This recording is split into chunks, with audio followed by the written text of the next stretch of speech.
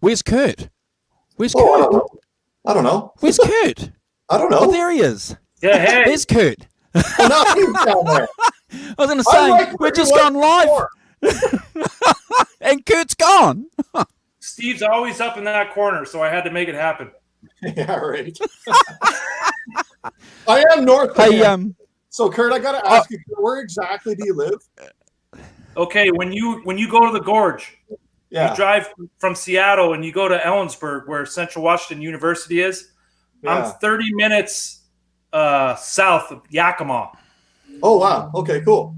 Right I was telling Andrew, it's the crotch of Washington, right in the middle.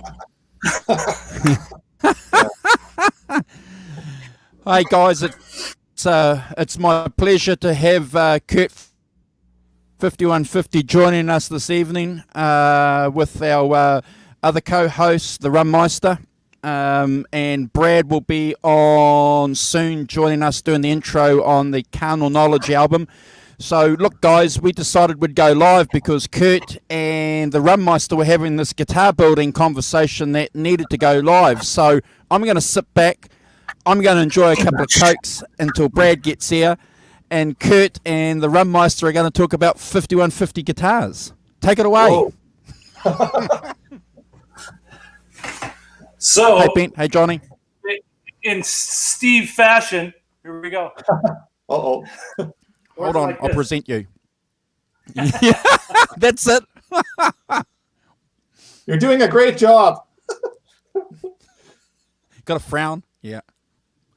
So, just finished this, like I said, about a week after Eddie passed. It's I relicked it to right after the 5150 tour. Right. Did you painted that yourself, Kurt? I painted it myself with I used Duplicolor Chevy Orange. Good. Okay. Yeah, I was gonna try to get the cool colors that you were using, but I couldn't find it or get it here in time, so I ended up using the automotive paint. But it matches. It's perfect. Yeah, right on. Cool. So yeah, this is my baby. The only thing I don't have the Whale Tail Floyd. I've been looking. One of these days I'll get it, but I have I got the big brass block in it. I just put the titanium saddles and screws in it. But yeah, it's awesome. Cool. Yeah. Second build. My first build was the black and white Frankie or Eruption, whatever they want to call it. Oh, right. So, what did you use for the body and neck for that one? Okay, so this one, this was my first guitar, and it was a Kramer Focus that I was probably 23 years old, and it was maroon. It had single in it, and it had a rosewood neck on it. Yeah. And I took it apart, painted it white and black, put a humbucker in it. I kept the original bridge on it and put a maple neck on it. So you can see I got the logo there. Yeah, that's awesome. Nut. And nice. I got a what's in the box tonight on an upgrade for this. Oh, good. Yeah. And something on there as well that maybe I can help you with as well. Yeah. No, you're getting more points, Kurt. You're contributing to what's in the box. You want here's the slam dunk, Steve. My oldest son's named Steven. Is that right? So that's a winner right there. Right. So Kurt, can we go back in time with you? Can we ask about did you play guitar at all before you heard Van Halen, and when did Van Halen come into your life? Okay, perfect. I'm glad you asked. So I'm 43 years old, I grew up in the Northwest. I've lived in this town my whole life. And my first vision of Van Halen was MTV, Okay. 1984, right? Jump, Panama, Hot for Teacher. We didn't have cable when I was a kid, but my grandma did. So we would go over to her house on Sundays for dinner. And me and my brothers, we'd sit and we'd watch MTV. So I always liked the videos. They were hilarious. Like, Hot for Teacher was like, loved that video when it came on. And I think my 9th or 10th birthday, my grandma gave me a Sony Walkman for my birthday. And I had 0 tapes. So she just got me the Walkman. I didn't have any tapes. And I got home, and my oldest brother took me down in his bedroom, and he gave me 5150. And nice. I listened to that thing from November all the way to December the next year. Wore it out. And then I was telling Andrew earlier that the next year for Christmas, my brother made a tape with Van Halen 1 and Van Halen 2 on it, one on one side, one on the other. They had those 90-minute tapes back in the 80s and 90s. He gave me that for Christmas. So it was 5150, and then a year later I got Van Halen 1 and Van Halen 2, and it was over. It was absolutely over. Yeah, so I was kind of. Yeah, I was about the same, Kurt. Same thing. I guess around '83 when like Jump and Panama and Hot for Teacher came out, and then up across the border here, just north of you, like there's MTV where you are, but here we have it's called Much Music, and they would have. It was called the Spotlight. So it was a half-an-hour show, and then that's when I'd see videos for like Running with the Devil, and You Really Got Me, and Dance the Night Away. I think Bottoms Up, and then Into the Fair Warning Live. The three songs Unchained. So This Is Love and Hear About It Later. And then one of Andrew's favorites is The Intruder, Into Pretty Woman, which. I thought it was really cool that they actually had the intruder part in the video. So that was the same as what you were saying, Kurt, was definitely with me was, okay, the 5150 tour was happening, and seeing the live without a net, that was the life changer for me. And then, okay, I had the cassettes. I had 5150, and then I did exactly what you were talking about. I just went back in time, and I had all the cassettes in a row, all 7 of them. So that was I had the cassettes. I had 5150. Sorry, I did exactly what you were talking about. I got other screens happening. Oh, good. I'm glad that wasn't me. No. I know. Sorry about that. Hold on. Robot Master Switch. What's up, buddy? Hey, I got the True L right here. If you don't have it, get it. That's a little inside joke between him and I. Okay. Oh, awesome. I'm just getting some messages from Brad. He's going to be on soon, so I'm just telling him that we're just hanging out. We're just shooting the breeze. So don't worry. We haven't started the show. Yeah. And just, even though Brad's not here, I just want to thank everybody, you, Andrew, and Kurt, who's been messaging in the chats the last few weeks, and everybody out there, because we've had a lot of views for the last episode, like beyond double or than normal. So I just want to give a shout out to everybody in the chat and everybody out there. I know even Facebook groups that I'm in, like I'm in it's called Club 1013. That's a group of people that go down to Cabo San Lucas for Sammy Hagar's birthday bash every year. That I don't stay at the same place as them. They all stay in one hotel. I'm sort of an outsider to that, but I do know everybody. And a lot of people have had great things to say and have been positive. So it's cool that all of a sudden the views have been skyrocketing. And that's because Sammy Hagar's involved now, right? So Yeah. Well, and Steve, I'd like to think too that.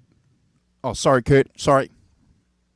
Oh, I was just going to second that and say that this is my first show ever on YouTube, and I chose it for a reason because I like what you guys do, and I'm a little bit in the social media realm, and I've been promoting the show and retweeting and posting it on Instagram, even the Balanced and Van Halen 3 shows that you guys did So hopefully some of those people that saw those posts went back and watched it.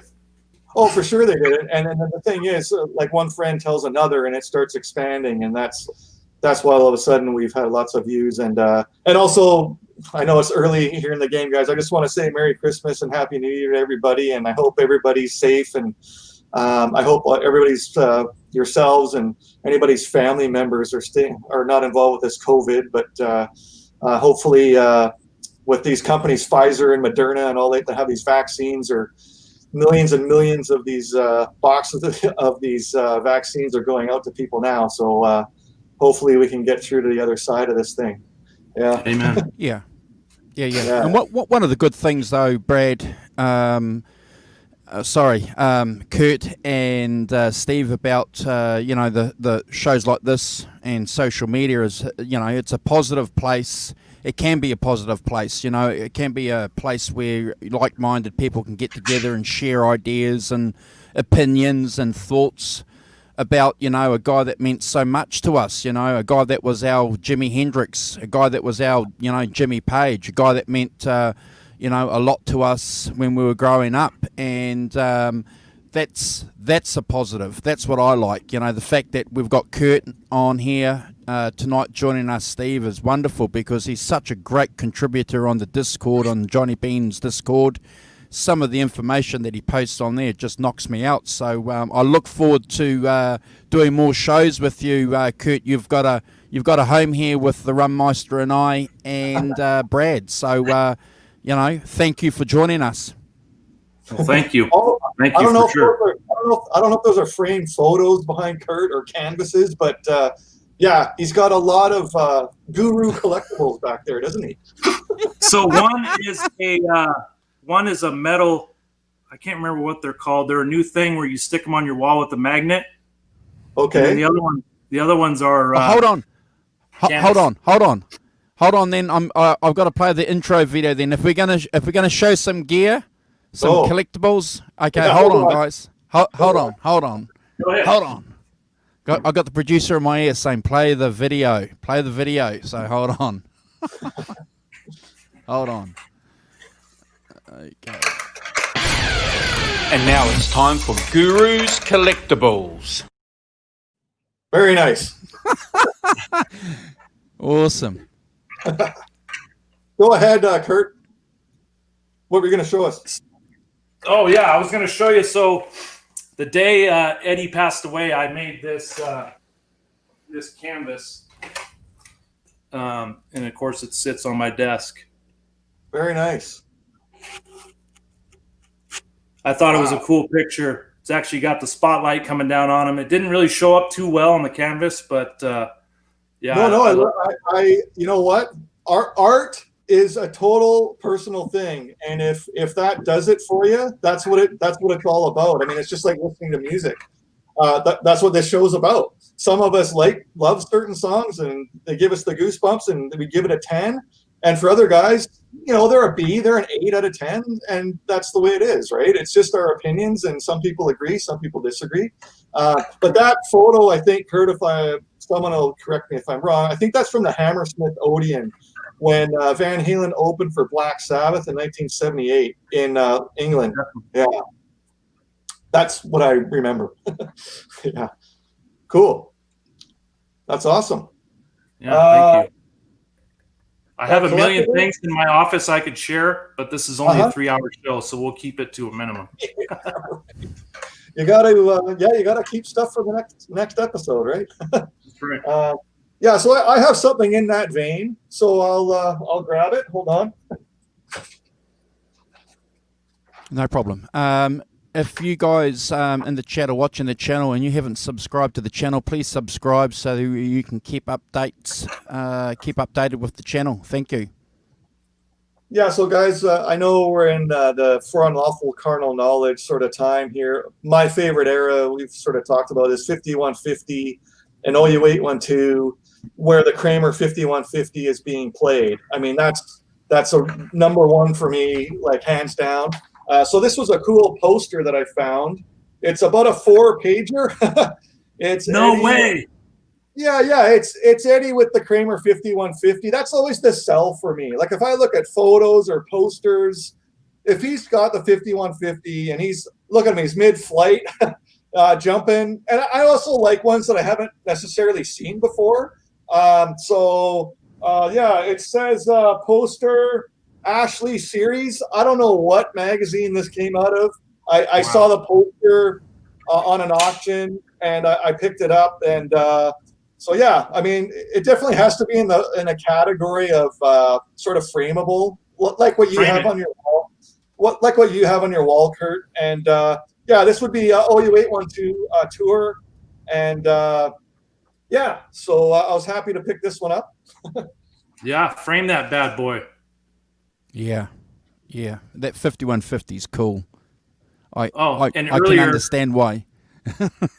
Earlier, Andrew, we were talking about the Andrew Bennett book, and the only reason I bought that was to find Where's Waldo and see if the 5150 was in the studio on the wall or up against a board or whatever, and they were in there, right? That's the reason I bought that book, was for that guitar. Yep. Yep. So, of course, as always, someone in the chat corrects me. So Johnny Bean says that it was the Monsters of Rock tour. Anyway, I think Alex's drum set might have changed between the Monsters of Rock tour and the actual OU812 tour that went across the United States, or I guess in Japan. But so Kurt, were you at the Monsters of Rock, Kurt? So my first live was Balance. Okay. I was 16, 17 when Balance came, so I was too young to hit the other ones. You would have been 12, 13 years old. Yeah. So that was my first concert ever. Was the Monsters of Rock. Kingdom. Been there many times. Yeah, there you go. Yeah. So that was my first concert ever. So speaking of that tour, here's another collectible thing. I like to show these. So what came in the last 2 weeks, basically, this is OU812 from Japan. And again, I think I showed the 5150. The neat thing in Japan is they have, it's like a piece of cardboard strip. It's called an obi, O-B-I. I don't even know what it means, whatever. But it's cool. So again, it's kind of cool. It has the names of the songs in Japanese, and then it says it in English, like for song Mine Oh Mine. So it's actually in Japanese. So it's interesting for me. It's Cabo Wabo is actually, it's like 4 symbols. So that'd be a cool tattoo, wouldn't it? Like if I was going to do a tattoo, that could be a possibility. Yeah. Right here. So, yeah. Japan always gets the good stuff. Yeah. I'll just show. So here's the sleeve with the, I guess I call it the 5150 symbol, really. But yeah, and it's got the lyrics on the back on the inner sleeve. Here's in the Japanese back. or English? English, yeah, and everything on the back here except the obi is over here. It's in Japanese, but the names of the guys are up here just as they're in English. Yeah. So anyway, it's a vinyl collector's thing, and I really love these Japanese obis, these cardboard strips that are on these. And they don't really exist from any other country, like different vinyl that I get from around the world. Super cool piece to have. And I wanted to show you that one. Love it. So you showed that vinyl earlier on a different show. So that's your second OU812 vinyl you have, right? No, the one on the last one I showed was from Argentina. Oh, but you have multiple of that album. Oh yeah, no, I get stuff from every country that I can, basically. And awesome. Just if there's some kind of variance, and they all kind of do, whether it's the language, the writing on it, what language it's in, or certain things like these obis I really like from Japan. And every band that you buy an album from Japan has the obi on it. It's just a thing they do. And it's just like all these guitar magazines in Japan. They really step it up and put lots of photos. You don't just get one shot of a guitar. You're getting like all kinds of different angles. So it's just It's like when they used to put hood ornaments on the front of cars. Yeah. Yeah. Right, Andrew? That's correct. They don't do it anymore. All right, I'm going to show this book. And Yeah, go for it. So, Steve, I was showing Andrew. Do you have this book yet? I don't have that one. No. Okay, No. so Van Halen, a visual biography by Martin Popoff. This is actually a UK book. I'm not sure if anyone in the chat has picked this book up yet, but it's hardbound cover. Yeah, hardcover. 224 pages. Nice. I want to say what I read is they only made 1,000 of them, and they're still available. Okay. Right. So if you don't have it, get it. Yeah. Oh, yeah. Because there are some phenomenal pictures in here. Let me show you a couple that I was showing Andrew earlier. Kurt, is that just the David Lee Roth years, or does it go into 5150? It goes David Lee Roth through Sammy Hagar, through David Lee Roth's solo career, through Gary Sharon, through the Gary Sharon era, through the Circles. It's everything. Right on. Yeah, it looks awesome. I don't know if you guys have seen that picture before. Cool. Wow. No, it's just cool. Yeah, I like the fact that it's a hardbound book. Oh yeah, it's very quality. Yeah. There's a pic of a Kramer backup that I wanted to show real quick before we move on. I showed Andrew earlier, right here. Oh, right on. So it's got all kinds of things: backstage passes, ticket stubs. It's loaded up. So if you don't have this book, go out and get it. Yeah, I like. How much? How much, Kurt? One of the questions in the. What was that? One of the questions in the chat asking how much is that book? So I paid $50 for it, but now it's going for 70 or 80. So wow. Get one now before the price gets up to 100. Yeah, right. Yeah, that's awesome. And I'm glad they showed the Bumblebee. So I don't know about you, Kurt, when you obviously you probably like the Frankenstein with the white and black stripes because you've actually built one. So would you say that that's your favorite guitar of, let's say, the first era with David Lee Roth? Yes. Okay. Right on. So it goes 5150, the white and black Frankie, Ernie Ball Music Man, and then from there it's a long list of.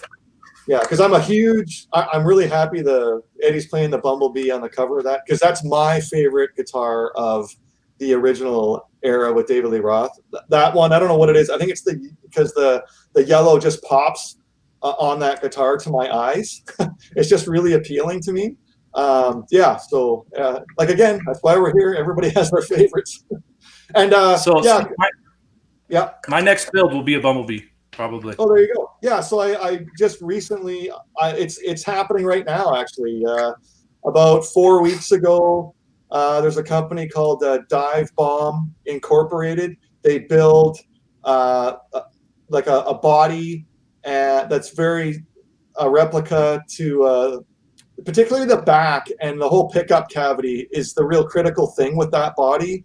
They have a good match of that. And then the neck that they do is amazing. If you go on their website, they do a relic neck, just like the one on the cover of that book, because those photos are probably from the Japan tour in '79, where it has the Fender sort of Strat-looking headstock on it, and it's a bit dirtied up. And I think there's like a paint mark on like the 10th fret or something. Red. So they actually do that relicking. You have the option to get it relicked or not, and the next key with it was oh wow, yeah, cool. Yeah, that's the next robot master switch, Flying V, red Flying V.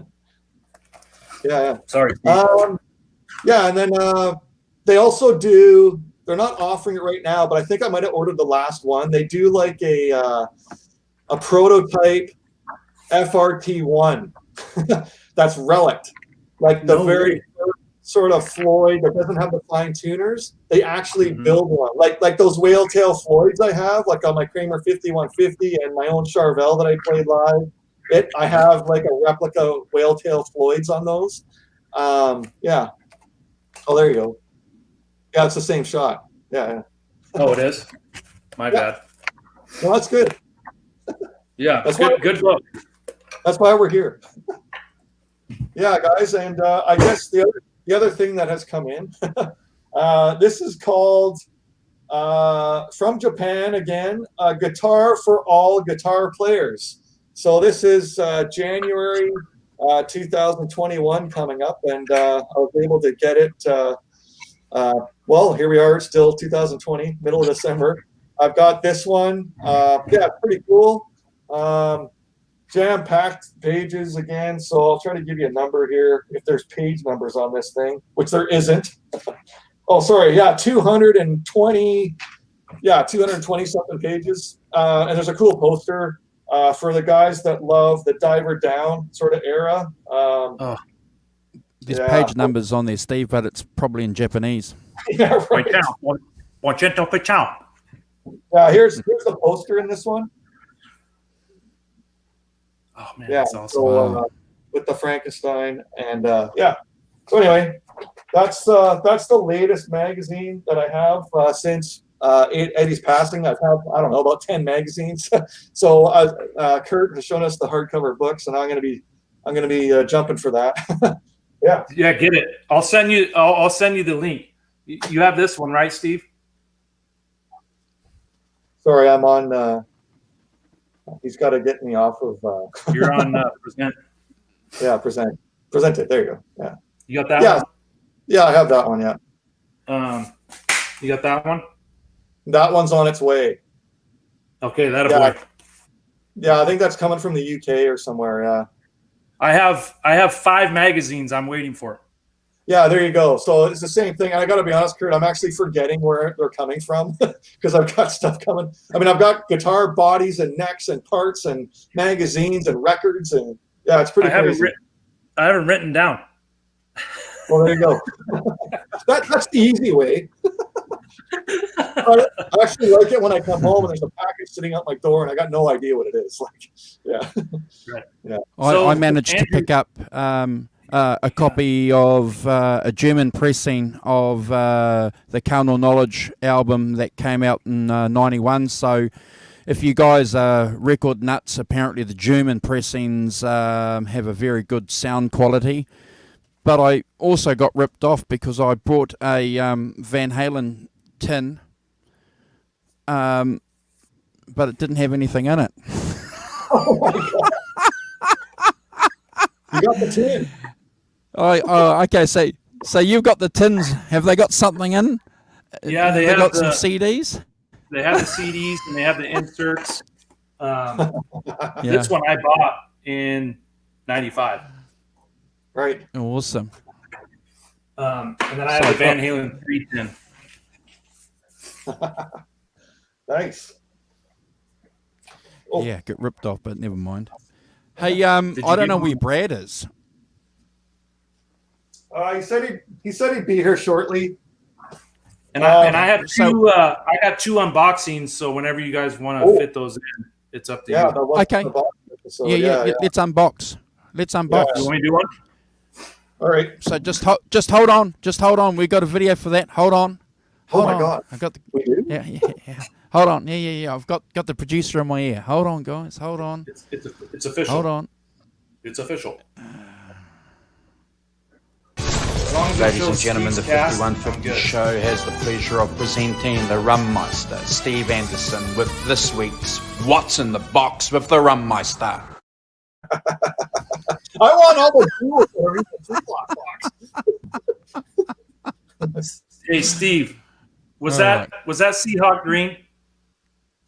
Oh God, no, I don't. I wouldn't think so. No, No. There's a few damn it. different. I that was the thing that happened to me, Kurt, with building was I couldn't decide what color I wanted for my own personal build. But yeah, it's pretty close to there's like a military green. That one's called Campus Green. That's a Charvel that I built, and then there's a EVH 5150 series.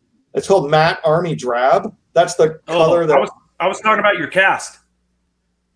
Oh, well, yeah, that wasn't my decision though. The girl beside me in the next bed over had a purple cast, and I woke up and I had a neon green cast on my leg. I didn't order that.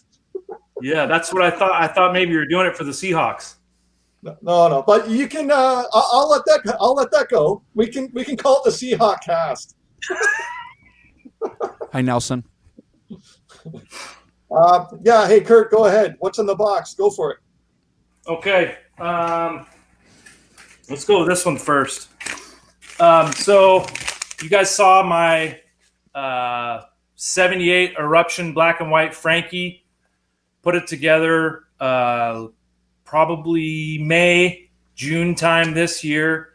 And as you see, it has a pickup that is straight in the body up against the bridge. And I don't want anyone coming after me with not having it, the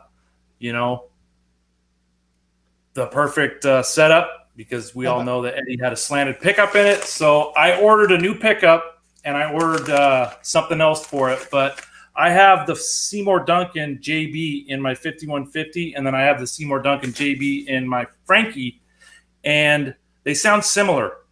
And I know that the Frankie didn't have that sound, so I ended up ordering, I'm not sure if anyone in the chat or any of you guys have used, it's a company called Planet Tone, and I ordered the 1978 Pasadena humbucker, and it should be coming any day now.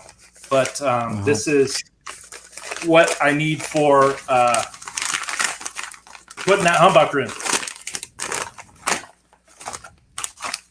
All right. Oh, wow. Nice. So I got a slanted black pick guard with, there it is, one volume knob hole. And this, Steve, I want to talk to you about in a second. But this comes from a company called Fire Dragon Guitars. I'm not sure if you guys have seen them on eBay or on the internet. But you can customize your pick guard. And, Steve, I know with your two Fender Stratocasters that you struggle with the volume knob being so close to the strings. Yeah, so Andrew and I have talked about it. So what it is the volume knob, there's a high friction and there's low friction. So low friction means that it's easy to turn. But if you get the other one where it's high friction, then it's going to be harder to turn. So all it is replacing the pot. It's sort of, like I said, described as tighter. So it's not so easy to turn. Yeah. Well, if you want, you can customize a pick guard through this Dragonfire guitars, and you can pick your hole placement for your volume and two tone knobs. Right. And oh, wow.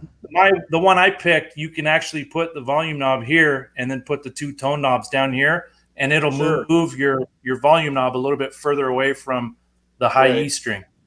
Right. So awesome. I tried to make one and get a printout out of it, but it didn't show it, and I was going to call it the Meister Special.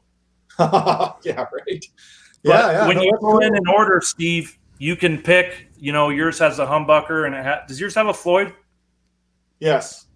Yeah, so you can pick with the Floyd humbucker, and then you can lower your three knobs to get them a little bit further down the pick guard than having it up low. Cool. So just an option for you. Oh, yeah, that's cool. So anyway, excited to put this in and try that Pasadena humbucker to get a little bit different tone out of that guitar. Yeah, there's a lot of guys that like to do that. They have all these EVH guitars or ones that they built, and they want to try different pickups for different sounds, different flavors. Yeah. Cool. Yeah. And just so you guys know, someone in the chat noticed this. I just grabbed this. The Cabo Wabo tequila is still available. This is just a regular, the latest version. The label hasn't changed. It used to be a glass blue, sort of cobalt blue, they call it, bottle that it comes in. I have this cabinet right here over my right shoulder is filled, and that'll be saved for the next episode when we actually do the OU812 album. I'm going to be showing my tequila collection, my Cabo Wabo tequila collection. Yeah. Well, Steve, Awesome. I've been to Cabo Wabo twice. Oh, yeah. And I bought a bottle and brought it back, and it sat on my shelf in my office for 15 years. And the other day I was dusting, and it fell off the shelf and broke. Oh, no. And it was the blue label with the hand-blown glass with the bubbles in it. Yep. Yeah, there's a whole bunch. I got like 7 different versions here. I've seen them all. Yeah. Shows. Yeah. Kurt, do you remember what years you went to the Cabo Wabo Cantina? Do you know specifically? So, yes. 2002 and then 2004. Oh, okay. Right on. Yeah. You go there once, you'll be there twice. Exactly. and I want to go there again. That's right. Yeah, for sure. I went once and I've been 20 times. Yeah, I envy you for that. No, it's just, where else am I going to go? If Michael Anthony's going to be on stage somewhere, I'm going to be there. So that's pretty much how that works. For sure. Yeah. I'm trying to think of other stuff I can show you guys. I got one more thing to open up if you don't have anything, Steve. No, go ahead. Okay, so those diehards, where is it now? The Van Halen Encyclopedia that came out in, I can't remember when it came out. Where'd that thing go? I just had it here. Oh, here it is. So Van Halen Encyclopedia from C.J. Chilvers. I don't know if you guys have this book or not. No, go ahead. This original black, I guess, hardcover is worth a couple $100 because they come by. But it's basically everything about the band all the way to 1998. And it talks about gear, every song, every tour, every album, anyone or anything that has to do with Van Halen. It's like an encyclopedia. There you go. But I had this for probably 15 years and got another what's in the box. This just came yesterday. Perfect time. Second edition of the Van Halen Encyclopedia.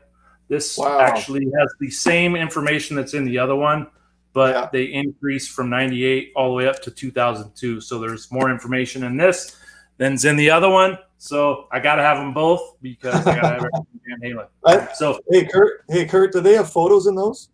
No photos. Literally, it is 100% all data.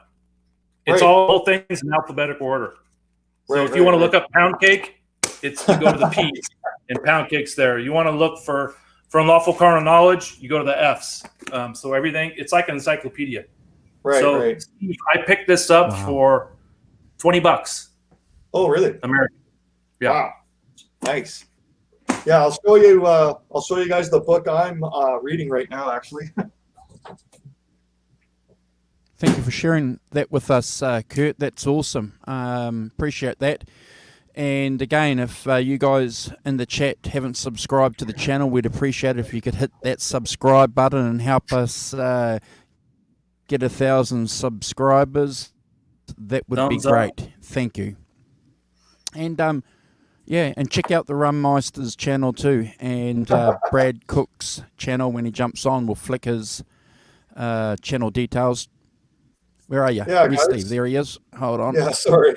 Yeah, guys. So this is the book I'm reading right now. This is Ted Templeman, A Platinum Producer's Life and Music. About 150 pages into it, and we've just gotten to the Montrose album. So Ted Templeman was in a band called Harper's Bazaar. He was from the Santa Cruz area. That's where our friend Johnny Bean lives right now. and he was in a band called Harper's Bazaar in the late 60s. Did about 4 albums, and then he started getting involved with producing, like the Doobie Brothers, Van Morrison, and so it goes year by year basically, the chapters, and I'm in 1973, so like the first Montrose album, that's just where I got to. So Sammy Hagar was just mentioned. I'm about 160 pages into this, 164, and so I'm super excited to hear what Ted Templeman himself has to say. Being in the studio with Van Halen, so that's going to be coming up in a few chapters, I imagined. And so this is a really good read. To be honest, it's a real page turner because there's that build up. Okay, now we're talking Montrose. Now we're going to be talking Van Halen. So I highly recommend this one. It's not hardcover; it's soft cover, but pretty cool. It starts with his early life as a kid growing up in the California area, and so I highly recommend this book. You should see it in a bookstore still. I picked it up probably a month and a half ago. So I've been picking away at it. It's Steve. It's available on Kindle as well, or digital download if you guys want to get it that way. It's an outstanding read. In fact, I would say it's mandatory for Van Halen nuts. I've read it. I read it when it came out, and then I've listened to the audio, so I've read it twice. But if you go to GregRenoff.com, you can get a signed copy from Greg Renoff for like $4 more than what it cost off the shelf. So I went and I bought Van Halen Rising and the Ted Templeman book, and it comes with Renoff's autograph inside for like $4 more. Yeah. And so basically my what's in the box, guys, this was actually, it kind of wasn't actually in a box. It was actually me walking into my local record store, one of the ones that I go to. Didn't know this was coming out. Here it is. It's Van Halen Live, 1977. Wow. You can also get it on vinyl, and of course, I have one coming. It's from the UK. The record label, it's called Rox Vox or something. But anyway, it's live from the Pasadena Civic Center, 1977. So, track by track, On Fire, Feel Your Love Tonight. I know that's an Andrew Walton favorite. Running with the Devil, Atomic Punk, Little Dreamer, Somebody Get Me a Doctor, Ice Cream Man, Ain't Talking About Love, Eruption, Dead or Alive, and You Really Got Me. What's cool about it here inside, it's got this kind of booklet here that kind of slips out. And then it shows the audience. There's it's basically just the audience that night. And wow. It's got the one of this shot I really love. I've always liked this shot. This is outside of David Lee Roth's dad's mansion. That's the band standing on the steps leading up to the mansion. David Lee Roth's dad's mansion. It's pretty cool. Here's a shot of Eddie with one of Kurt's favorite, the white and black striped Frankie there. Sure. He wore that shirt a lot, didn't he? Yeah, I seem to wear that a lot on that tour, didn't he? Yeah. And you've probably seen this one before. Yeah. With David Lee Roth. So, guys, that was the year I was born. Oh, there you go. So I guess you weren't at this show. I could have been if my dad was in. And here's what call that, Andrew? A twinkle in the eye. A twinkle in the eye. You got it. Here's the actual CD. So again, Eddie, and he's got his muscle shirt on, playing the white with black and striped Frankie. And then so what's it like? What's the recording like, Steve? Andrew, I just came in the mail. I haven't even put this in my car and listened to it yet. Oh, okay. We can fill us in next show. That's it's too cold to put the top down on the Corvette. That's right. It's pouring rain here right now, Andrew. That's my real answer. That's my real answer, actually, Andrew. It's pouring rain out right now. I'm not dropping my convertible top down listening to Somebody Get Me a Doctor. Well done. Yeah, I don't know. Here's when you take the CD out, there's this photo here. It's kind of an oddball photo to put on there, but it's the guys live. It looks like Dave and Eddie, and that's probably Michael Anthony on the bass there. And I thought that was kind of a different photo to put on there, but yeah, cool. And it's got on the back, it's got like whatever like poster they would have posted on the telephone poles or any kind of advertising. Promo posters. Yeah, so it's a cool pickup. There's also a vinyl edition, which they didn't have at the store at the time, but it's on order, so you guys will see it when it comes in. So where's that pressed, Steve? Pardon me? Where's that pressed, that CD? In the UK. Oh, okay, wow. Yeah, so I imagine like it's one thing, these magazines, they're just pumping out these magazines, which is great, but now it's going to start into this stuff where you're getting recordings. Like this is obviously some kind of bootleg that they put together, right? But I guess we're going to see all kinds of this stuff happening. But Do you have a problem with that? No, I'm just saying for me, sometimes I see stuff and I'm like, yeah, I'm in, I'll get it. It was like $20. Yeah. Van Halen Live 77 Pasadena, and I can crank it in my car. I'm in. So that's I just picked this up like 2 days ago. Look, I agree with you. I think we're going to see a lot of this stuff, and Kurt and I were talking about that off air, Steve, about opinions and views on whether or not Wolfgang was going to be in a position to release any information from the vault. So Kurt has an interesting view. Do you mind sharing that on air, because I think it's something worth talking about, Kurt? Sorry to put you in the hot seat there, brother, but I like any angles. I like any angles or anyone's thoughts about anything to do with this stuff. I'm on the hot seat every day. I've been married for 23 years, so I'm used to it. Yeah. So here's my opinion. I was telling Andrew this earlier, and he was not disappointed, but I don't know, I guess it was just interesting to him.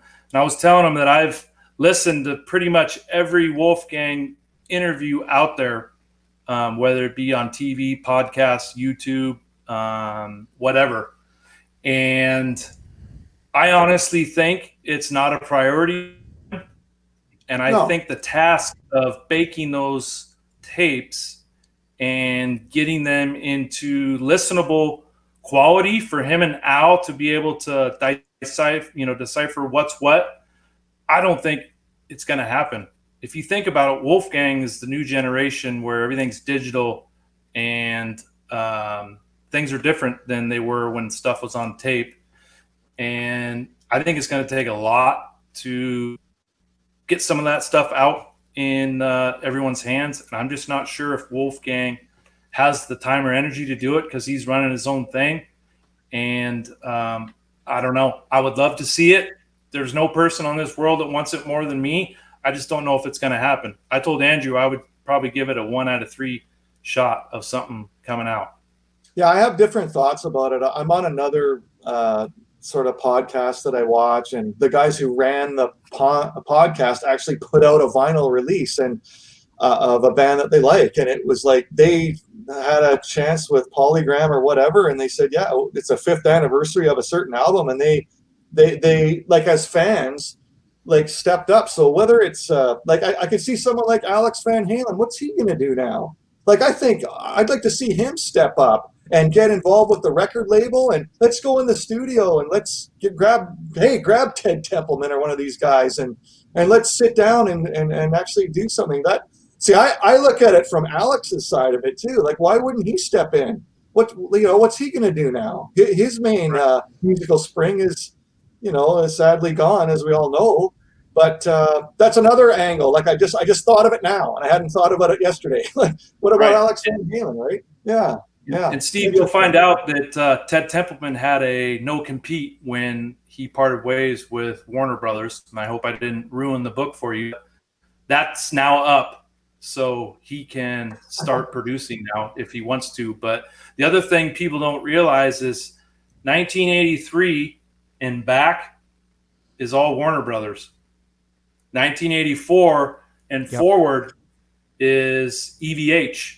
So all the live stuff and Yep. all the unreleased stuff from 84 to now is in 5150 Studios, and everything from 3 to 78 is at Warner Brothers.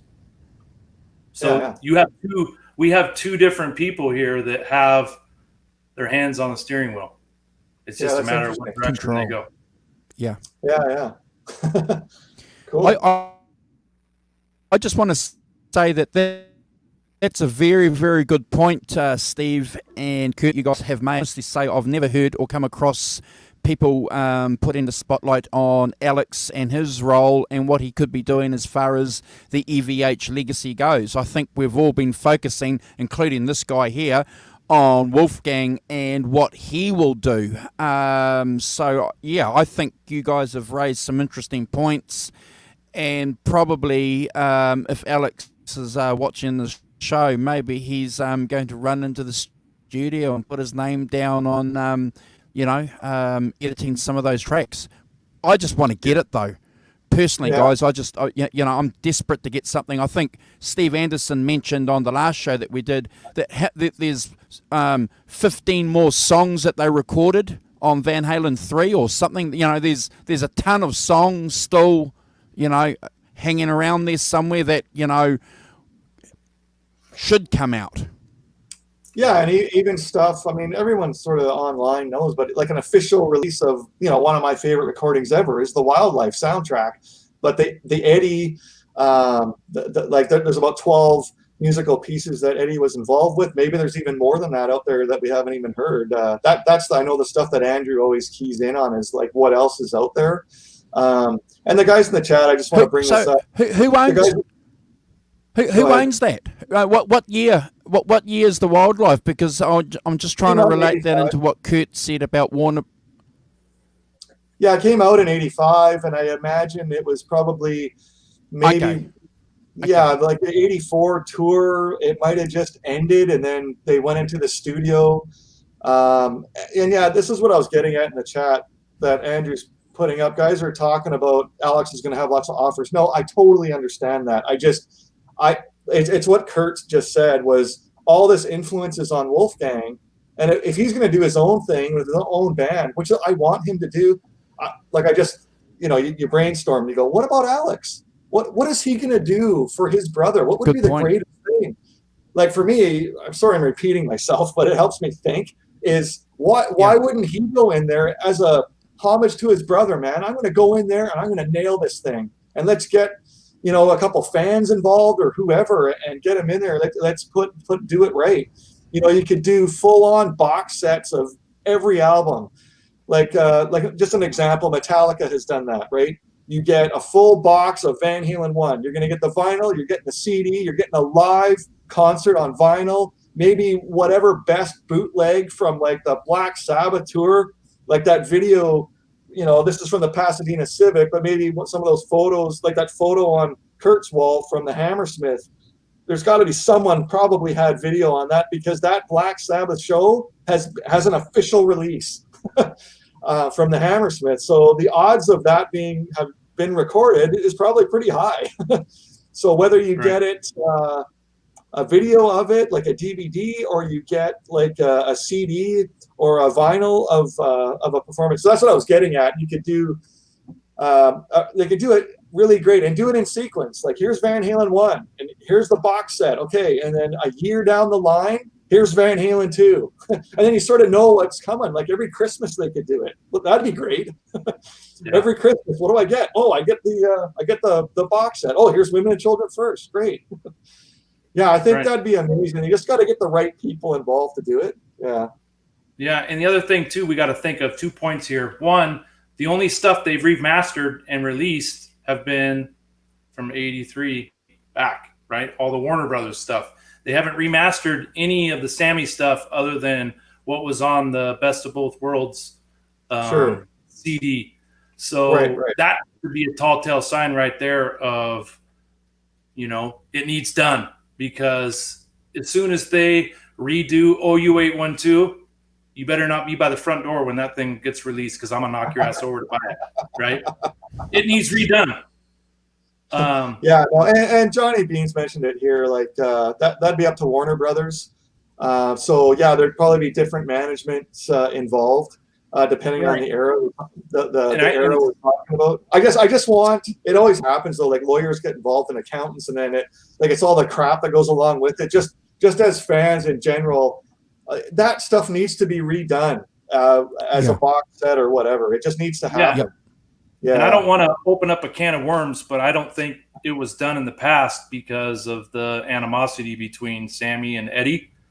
Because when they re-release and redo an album, Sammy's going to get some money for it. So I honestly think they didn't do it because there was that animosity.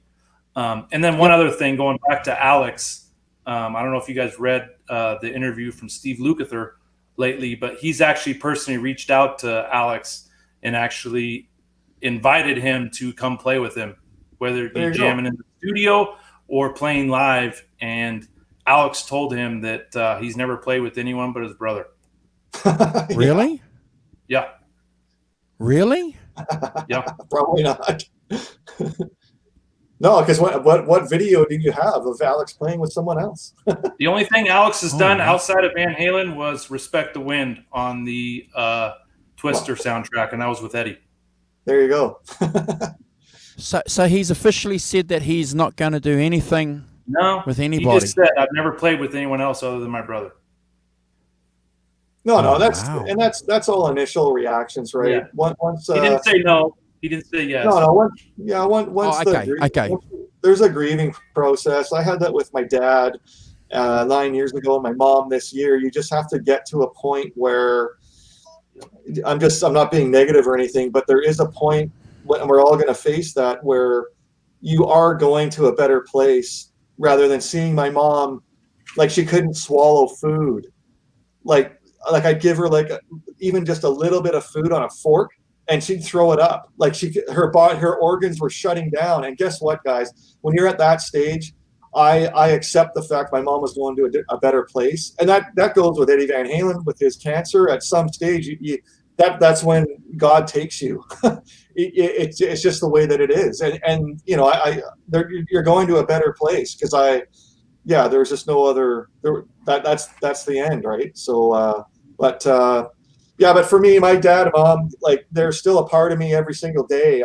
My dad didn't need to have another conversation with me about finances or anything else. And my mom, didn't have anything else she needed to say to me. It was, I was just happy that I got to take care of them the last months of their lives. Right. So, and life goes on. We're all going to face that stuff. But I hope that Alex at some point, it could be anybody actually, but I think it'd be super cool if he was a guy that, like on the back of one of these box sets or whatever, it says, executive producer Alex Van Halen or Wolfgang Van Halen. I want the team of people to come together and do something. Yeah. Yeah. That's the ultimate homage to his brother, right? I mean, talk about paying some respects. Oh yeah. No, and they'll get to that point. I mean, it's just been a couple of months, right? So, a lot of times they'll have knee-jerk reactions right away, but yeah. So we were talking about another subject in the green room too, Steve, that we want to share with you. And again, I'm taking a lead from Johnny Bean because Johnny Bean mentioned it on one of his shows that he said in 20 years' time, Eddie Van Halen will be leading all the polls as far as greatest guitar players in the world. At the moment it seems to be, Jimi Hendrix, and that's well deserved. Again, Kurt, you've got a very interesting opinion on that. Can you share that opinion with us? Because it's something worth discussing and considering. Sure. And then I'd like to hear Steve's opinion after that and yours. Cool. But yeah, my opinion is I think we're at the turning point, maybe call it on third base, of the changing of the guard, where Jimi Hendrix is at the top of the mountain as the all great, almighty guitar player. And you got to think a majority of those fans that saw Jimi Hendrix or bought Jimi Hendrix 8-tracks or albums, those people are going to slowly start to get to the age where their opinion doesn't matter. They're not on social media voting for this or that. And after those people, sorry to say it, but after they pass away and start moving on to the next generation, I think Eddie Van Halen is going to be the number one greatest guitar player of all times, because the generation of the Keith Richards, Eric Clapton, Stevie Ray Vaughan, Jimi Hendrix, those folks that waved that flag or wove that flag are going to no longer be with us, and their vote will be further down the rung than the newer generation, like us folks who are logged onto this YouTube channel right now. Yeah, and that's the point that needs to be said. Like, people will throw that out there. Okay, in 20 years, Eddie Van Halen's the guy. And people, you just have to remember, like, people love jazz music. People love blues music. People love folk music. What we do here, these Van Halen shows, like, he's our guy. And like, for me, like, I play in a band. I play tons of Zeppelin. I play tons of Hendrix. I play the Doors. We play some Beatles, Robin Trower, like, just Sabbath, ZZ Top, early Aerosmith, like all this stuff. One of the things I do, like, with my band, I have to find other songs. That's one of the key things I do as one of the guitar players. So I'll dig through these inside magazines, like the Van Halen early days in the clubs. Like, what were they playing? Oh, they're playing Mississippi Queen. Oh, okay. Well, let's take a look at Mountain. So I like looking at different things. So I mean, I definitely understand, like, guys like us, Van Halen, Eddie's the guy, but I just have to put it out there that there are, like, people that love certain genres of music. And in the rock category, sure, Eddie's the guy, like, no problem. But there are people that only listen to folk music, and, you know, Eddie Van Halen's not on the radar. People who listen to jazz music, Eddie Van Halen's not on the radar. Like, it's just not, it's not there. So when you do these polls and votes and everything, if you grab a person from the jazz world and you grab a person from country and you grab a person from folk music, Eddie Van Halen's not on their list. But see, there's guys that cross over, and Jimi Hendrix to them, or Eric Clapton or Jimmy Page, it's a timeless, it's like timeless music. And there are eras, I'm sorry to say this, even tonight, I've got the For Unlawful Carnal Knowledge. There's some of the lyrics and some of the songs we're going to be talking about where I can't play these songs to my mom or someone's mom, or a female is going to be offended. But I could play any of that other music almost. I mean, I know there's Zeppelin, Squeeze My Lemon Until It Runs Down My Leg stuff, but there's just, for me, like Pink Floyd and all these bands, the stuff is so timeless. And they're huge. That's why we're talking about them, because they're so huge. And we're still talking about Jimi Hendrix 50 years later, because there's so many facets to his playing. There just is. Like, he plays really melodic. He plays rude. He's up there as a showman. He has to sing all the songs. It's a 3-piece most of the time when he played early on. And, like, it's amazing. It just is. And yeah, he's on the list for sure. And these shows we do, he's on the list. People are going to agree. People disagree. I'm just saying that there's lots of people that listen to all kinds of different music. And but in the rock category, yeah, he's the guy. But when you get the blues involved, then they start talking Jimi Hendrix. They start talking Clapton.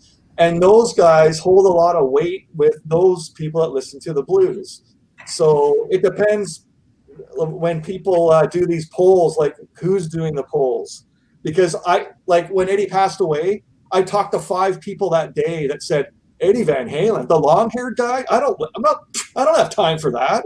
I'm not kidding. Like, it's just, there's people like that. And, you know, they talked about, who was the guy on social media?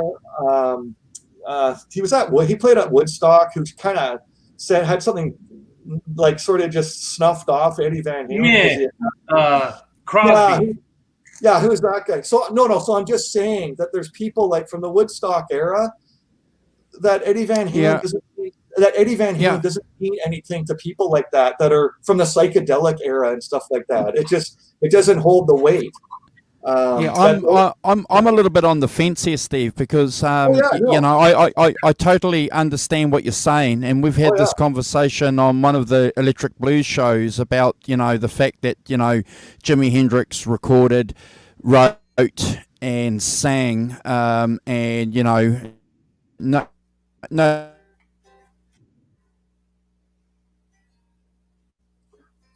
It just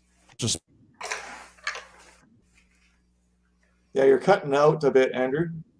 Choppy a little bit. To Eddie Van Halen, but he was a guitar player over that. Sorry, but I think what's going to happen when you get some material released, and as Eddie Van Halen becomes topical in guitar magazines and on websites and internet sites, I think the tide might change. I think people might see what Eddie Van Halen is or was musically in a bigger context, Steve. I think he might be 2 or 3 on a lot of these polls very soon.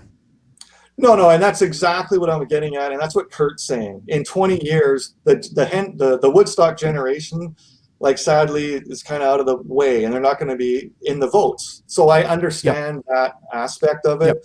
And the people that go, oh yeah, Eddie Van Halen, it's a no-brainer to think about. Yeah, he was awesome. I get that. It's just that there's still that generation of people in different genres that like different genres of music. I have them in my own city here that Eddie Van Halen doesn't mean anything to them, right? It doesn't. And for me, it was life changing. Live Without a Net, and it changed my life, and no problem, right? I'm just saying that I've run into people like that. And I think there was some, before the Crosby thing, there was some other, I don't know if it was Lady Gaga or one of those girls that played at the Super Bowl, at some 20-year-old. She didn't even know who Van Halen was. And my cousin's kids that are 20 and 15 years old, they only know him because I bought them the records, but their friends don't listen to Van Halen. And we had that thing, we used to talk about it on shows before, where Van Halen hadn't put out a studio album, 98 to 2012. That's a long stretch. For me, whether it's music or my sporting life, 5 years is kind of a generation, it seems like. And even in music, sometimes 5 years, grunge comes in and it's gone. 5 years, basically, right? And that, it just happens. Little generations like that. And I can understand why a 20-year-old girl doesn't even know who Van Halen is. They put out one album in her lifetime, and that's not going to be on her radar. So it depends who does the polls, right?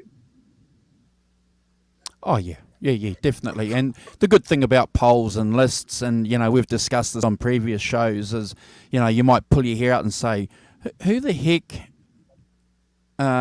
is doing this Rolling Stone poll? But the good thing about polls and lists is it gives you something to discuss. It gives you something to agree with or disagree with. So as much as we might not like lists, we still talk about them. But look at that. Look at that. Do that again, Kurt, because that's the thumbnail.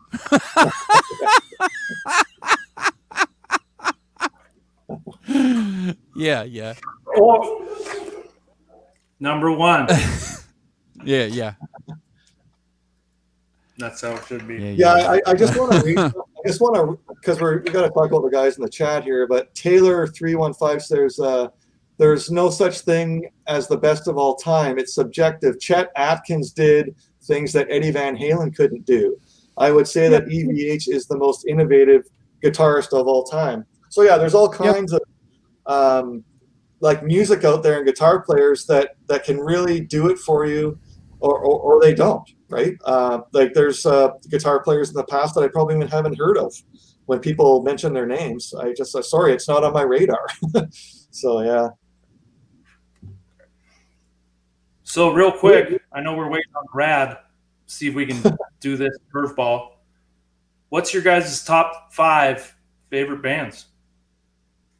Oh. Andrew, do you have a list? No. I'm sure that question was directed to you first.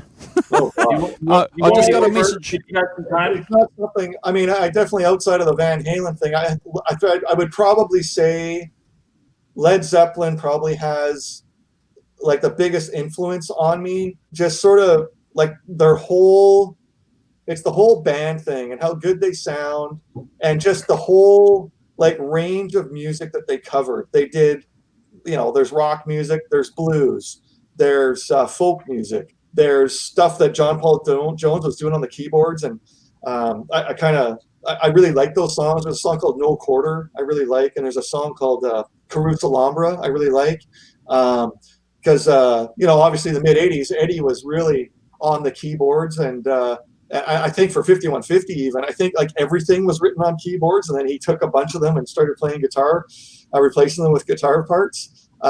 So yeah, that's a band that holds a lot of weight with me, and I'd also say that I could almost play any song by them that like someone could probably relate to. Like a lot of their songs are just, so I think they're just a great band, period, for me. I would say that's the one next to Van Halen that holds the most weight with me. Yeah, so that'd be sort of my next pick, next to Van Halen for sure. Andrew, where do you stand? You got three more? I want to go around the table so I can think about it for a second. That's a pretty loaded question. Real quick, Andrew. Okay, well, Colt Eastwood, that's my older brother. What's up, Eric? He's the one that got awesome. He's the one that got the Boston tape, and I got the Van Halen tape. Yeah, we were talking about that Colt Eastwood at the top of the show. Kurt got the better end of the deal, I'm afraid. You got the bum end of the deal.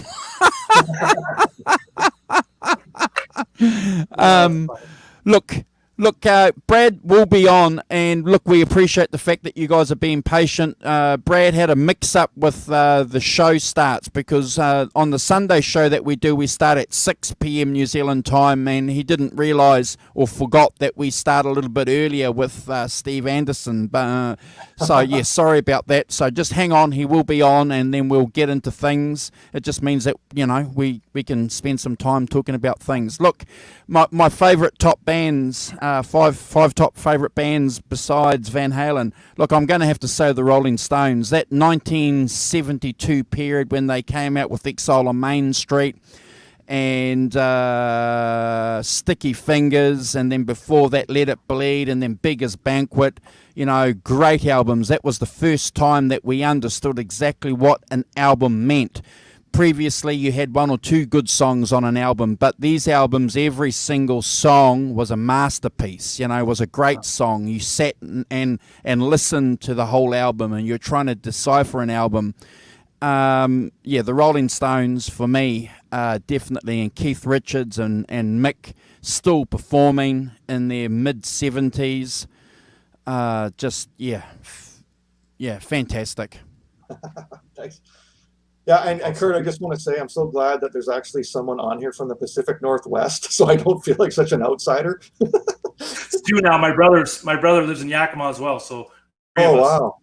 Yeah. Cool. Okay, you guys cut the ice hockey talk too. Okay, all right. Right. Well, it's cool. I'm glad I brought this up because it looks like everyone in the chat has given their top 5, which is kind of cool to expand the horizons. So I'm gonna give mine. You guys might be a little blown away, but obviously Van Halen number 1, Aerosmith would be number 2, Collective Soul. If you guys are familiar with them, I saw them live. Let your love shine. Kurt, you got to check out. There's a video. I saw Collective Soul live in the Cabo Wabo Cantina. I'm not kidding. You might have to look it up on YouTube. And the encore was Michael Anthony came out and they did Highway to Hell, and Michael Anthony sang. And I'll say this to you, Kurt. When you go down, Kurt, when you went to the Cabo Wabo Cantina, were you down there for like a birthday bash or for the anniversary of the club at all? It was strictly vacation. It was in January, both times. So was there? So you never saw Sammy Hagar perform there? Nope. But that's the first place we went when we got there. Was I had to go to Cabo Wabo. Yeah. So what happens, Kurt, and for Andrew, everyone in the chat actually, is the birthday bash week. Sammy usually plays. It's always October 7th, 9th, 11th, and 13th is his birthday is the 13th. So he plays the whole week, every other night. But the nights in between, there's always like something weird will happen. And that was one of them. Was I'm at a beach on I'll pick a date. It was probably the 10th of October at the beach, and someone goes, "Hey, it's just been announced that Collective Soul's playing at the Cantina tonight." And we're like, "What?" So I had to beeline to the Cantina to get a wristband for the Collective Soul show. That it was like 7 hours later. This is at like noon. And then me and my buddy of mine were front and center for Collective Soul, actually. So that was interesting you mentioned that. And there's a chance, Kurt, if you look up Collective Soul on YouTube, there might be clips of that show on there. And it was funny. Oh, wow. Yeah, I'll Kurt. Find it. So Kurt, do you remember? I don't know if you follow wrestling at all, but I guess there were some wrestlers that used to put these like Mexican masks sort of over their faces. Yeah, luchadors. There you go. That's more than what I know. Anyway, the bass player of Collective Soul was wearing a red one like through the whole show. I never saw his face. Oh, really? Yeah, that's what. Yeah, so that'd be cool. I got to check that out. Yeah, I don't know the names of the guy, but Michael Anthony, end of the show, he was giving a thumbs up to Collective Soul and telling everybody to go buy their album. And yeah, so that would have been, I'll say 2008, around that time. Yeah, so like October around 2008 probably. Yeah. And they opened up for Van Halen in was it the for Unlawful Carnal Knowledge tour, or was it the Right Here Right Now tour? So sorry, what was the question? Collective Soul opened up for Van Halen. Yeah. I would say. So anyway, I'll have to check the encyclopedia. It'll tell me. And then my last two, Alice in Chains, would be number 4. Yeah, hold on. I have some memorabilia to show. Go ahead. Okay. I've seen them. And then from Steve's hometown, he may turn around and come back now. I should wait for him. Hey, thanks, guys, for joining us in the chat. This is a great show. Thank you for hanging out with us. Oh, Robot Master Switch lived in Seattle for a decade. Why the hell didn't we meet up? That's funny. So I've been chatting with Robot Master Switch on Johnny Bean's Discord and, of course, his shows. And he's got a massive guitar collection. And I love his Flying V's and I think he's got a couple Gibson Explorers as well that really catch my eye. Yeah. Wow. He's a good man. So I just went to my den and I grabbed this for Kurt. All the way down into the den? Just over there is the den. So just so everybody knows, the For Unlawful Carnal Knowledge Tour, hopefully Brad will get in here soon because we're going to start talking about this. The first show I saw of the For Unlawful Carnal Knowledge Tour was in Vancouver, BC. It was in a place called BC Place. It's a big dome sort of stadium, and Alice in Chains was the opener. And we all sort of know the Eddie Van Halen guys in all these chats. That we know that Jerry Cantrell and Eddie Van Halen became very good friends. And at the end of that tour, I remember Jerry Cantrell, he had asked Eddie, "Hey man, I want to buy like a couple of your Ernie Ball guitars off you and maybe one of your amps or something." And anyway, Jerry Cantrell gets home to Seattle and his garage is full of like amps and Ernie Ball guitars that Eddie sent to him as a surprise. Pallets of equipment.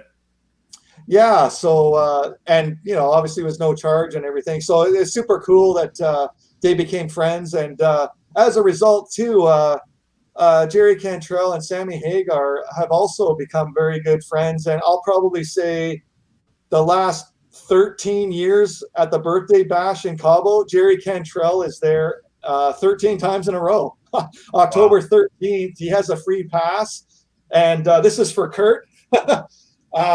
This is me and Jerry Cantrell I love outside. This is outside the cantina. There's sort of a courtyard area, and obviously this is Jerry right here. This hair tied back, and that's me when I had sort of shorter hair. But he was a super nice guy. So Kurt, I actually said to him, "I saw you guys at the Gorge and George on the Lollapalooza tour," and he goes, "Oh, no way, man!" And so I bought him. I swear to God, he grabbed his wallet. He was ordering a beer. Sorry, Kurt. Did you buy him a Pacifico? Yes, that is the beer of choice in Cabo San Lucas when you go down there. Pacifico is kind of a unique thing. Baja California, all of Baja California, they drink Pacifico. They don't drink Corona. So anyway, Jerry, he ordered a beer. He goes, "Oh, hold on." I said, "Jerry, can I get a photo with you for my friends at home?" And he goes, "Yeah, I'm just going to pay for this beer, man." So I immediately pulled out my wallet and I bought him a beer. Yeah. Oh, that's awesome. Cool pick. I think I've seen that, Steve, on another show. Yeah. So awesome. Thanks, Steve. After Alice in Chains, Steve, it'll be Theory of a Dead Man. Oh, wow. Cool. Not sure if you're familiar with the boys from Vancouver, BC. Oh, right on. I haven't seen them live, but I'll have to check it out. That's like that's like the band Tool. Like I haven't seen Tool live, but I kind of dig their music, and it's kind of like progressive rock and kind of different. So I see a lot of their concerts on YouTube. The band Tool, I really like. Yeah. I would say they're kind of like a mix between a harder Nickelback and Alter Bridge. Oh, okay. So I've seen Theory of a Dead Man 4 or 5 times, but they're from where Steve lived. Yeah. And what I was going to say to you, Kurt, I was going to ask you this: you've probably been to the Crocodile Cafe in Seattle? Oh yeah. Oh, there you go. So just so everybody knows, actually, Alice in Chains, I think Sean Kinney has ownership. The drummer from Alice in Chains has ownership in this cafe in Seattle. I didn't know that. Yeah, there's a mural of Alice in Chains in the hallway when you walk to the bathroom. Yeah. I went there last year. I said, "Oh, I got to go to the Crocodile Cafe." Yeah. Cool. Yeah. Did Andrew? Do we have any contact from Brad yet? Steve, while he's looking that up, you're not going to get off easy. I know. Yeah. So you guys keep talking. I can say this without any embarrassment at all. I know Kurt. If your question directly like what are your favorite rock bands, or is it just bands in general? Bands in general, buddy. You can go. I can honestly say this without embarrassment. I don't know where you guys stand with female singers, but one of my favorite artists. I have every vinyl, CDs, all of them. I have the complete collection of Sade. Like she has an amazing band. She has an amazing voice. She's had the same band like since 1984. The bass player, the keyboardist, and it's romantic music. It's R&B sort of soul music. That's just another avenue of music that I actually enjoy, and I can say that without embarrassment. That quite often I'll have a Sade CD in my car. I only have about 5 CDs in my car. There's usually like OU812.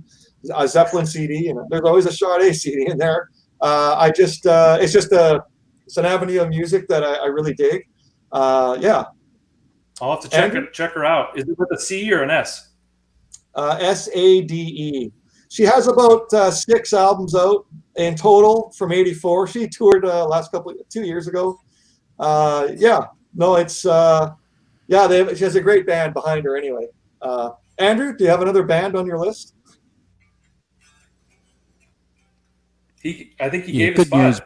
5. Brad is 2 seconds away, so we can kick the channel the show off very soon. Thank you guys for being patient. Look, I love Peter Green. So the original version of Fleetwood Mac has a very, very big place in my musical heart. So, we lost EVH this year. Back in July, we lost Peter Green too. So, 2020 has been a difficult year for a lot of us. And if you're a Fleetwood Mac nut, it's probably added to a little bit of the pain. But some of that stuff that Peter Green was playing with Fleetwood Mac, that he wasn't a fast player. When you compare what Eric Clapton was doing at the same time, and then what Peter Green was doing, very different. Here he is. Here we go. Hey! Oh my God, he's here. Hey! He's alive. Hey! Introduce yourself, guys, to each other, and we'll start the show. Brad, this is Kurt. Kurt, this is Brad. Nice to meet you, Brad, officially. Hey, mate. How are you? Sorry about I'm here for the afternoon shift. All right. I love the shirt. It's all good. We've just been rambling for an hour and 25 minutes. We haven't started the top 10s of for Unlawful Carnal Knowledge, our rankings or anything. But my apologies for I got held up at work, and my apologies. My apologies. Well, mate, we're glad to have you here. So that's the most important thing. And you'll be surprised. We didn't, we didn't have to find things to talk about. It was pretty easy to take that time and get to know each other and share some views with the guys in the chat. So, do you want to give us an intro then on to the album that we're ranking, and then we'll go with you, and then Steve, and then Kurt's going to finish off, and I'm just going to give a ranking because four guys are probably going to take the show to extreme levels as far as time. So I'm happy just to give my ranking. I've finished. It's up to you guys now. Off you go. Just give me 2 secs, guys. I've got my notes loading as we speak, so. No problem. There's so much information, you have to do it digitally. Look, you stole the words out of my mouth, Steve. I'm like, digital notes? I have resorted now to digital notes because the handwritten notes are just my wrist is getting really sore writing all this stuff out all the time. So every week he writes the Bible. I'm sitting here with 2 pages, and he comes out with an encyclopedia of information. That's how you get the wrist. There it is. All right, sorry. Do that trill. Yeah. That's it, the trill. All right, so we're going to get straight into it because I don't want to hold everyone else up, and I apologise to everyone in the chat, and hello to everyone. So, okay, for Unlawful Carnal Knowledge, for me, it's right up there for me as a Van Halen favourite record. This record in particular, I'll just quickly touch on this.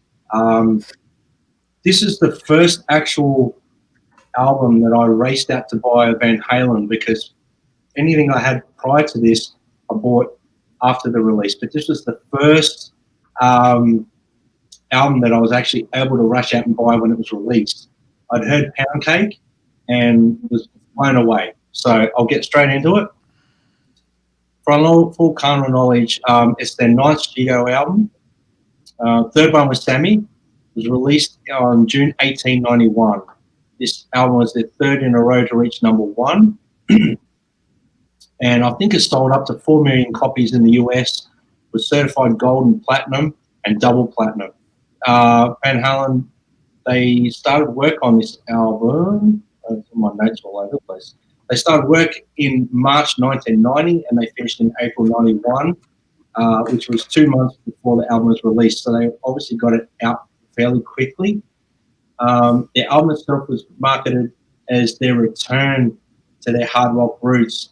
Obviously, the 1984, 5150 and 0812 were probably a little bit more synth-driven. And this, to me, was more of a return to the Fair Warning sort of darker edge to Van Halen, which is what I obviously gravitated towards when I fell in love with Van Halen. I believe this album came out they took a year-long break, and Eddie had hardly touched his guitar in this time frame.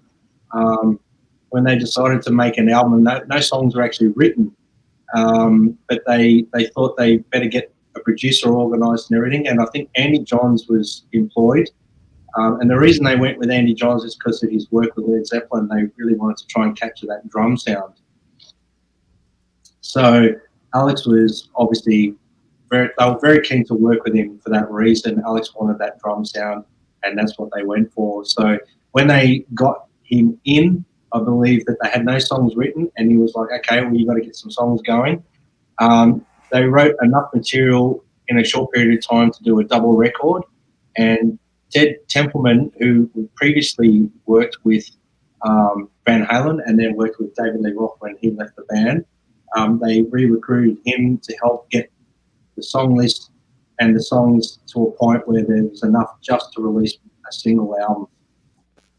I'm kind of spewing about that, to be honest with you, because I wish it was a double record, but we'll get to that as we go along. I think they wanted to record in a different studio, but Ted talked them into recording at 5150, and the album was done one song at a time, and they completed each song as they went rather than, sort of touching on certain songs. I think they thought, let's just get each song finished in succession rather than move on to new songs. The album title, I'm sure, I don't know if you guys have discussed this or whatever, but I think there was something I read somewhere that Sammy was against censorship and he wanted to basically call the album, I'm going to say it online live, Fuck. He wanted to call the album Fuck. And block your ears. And I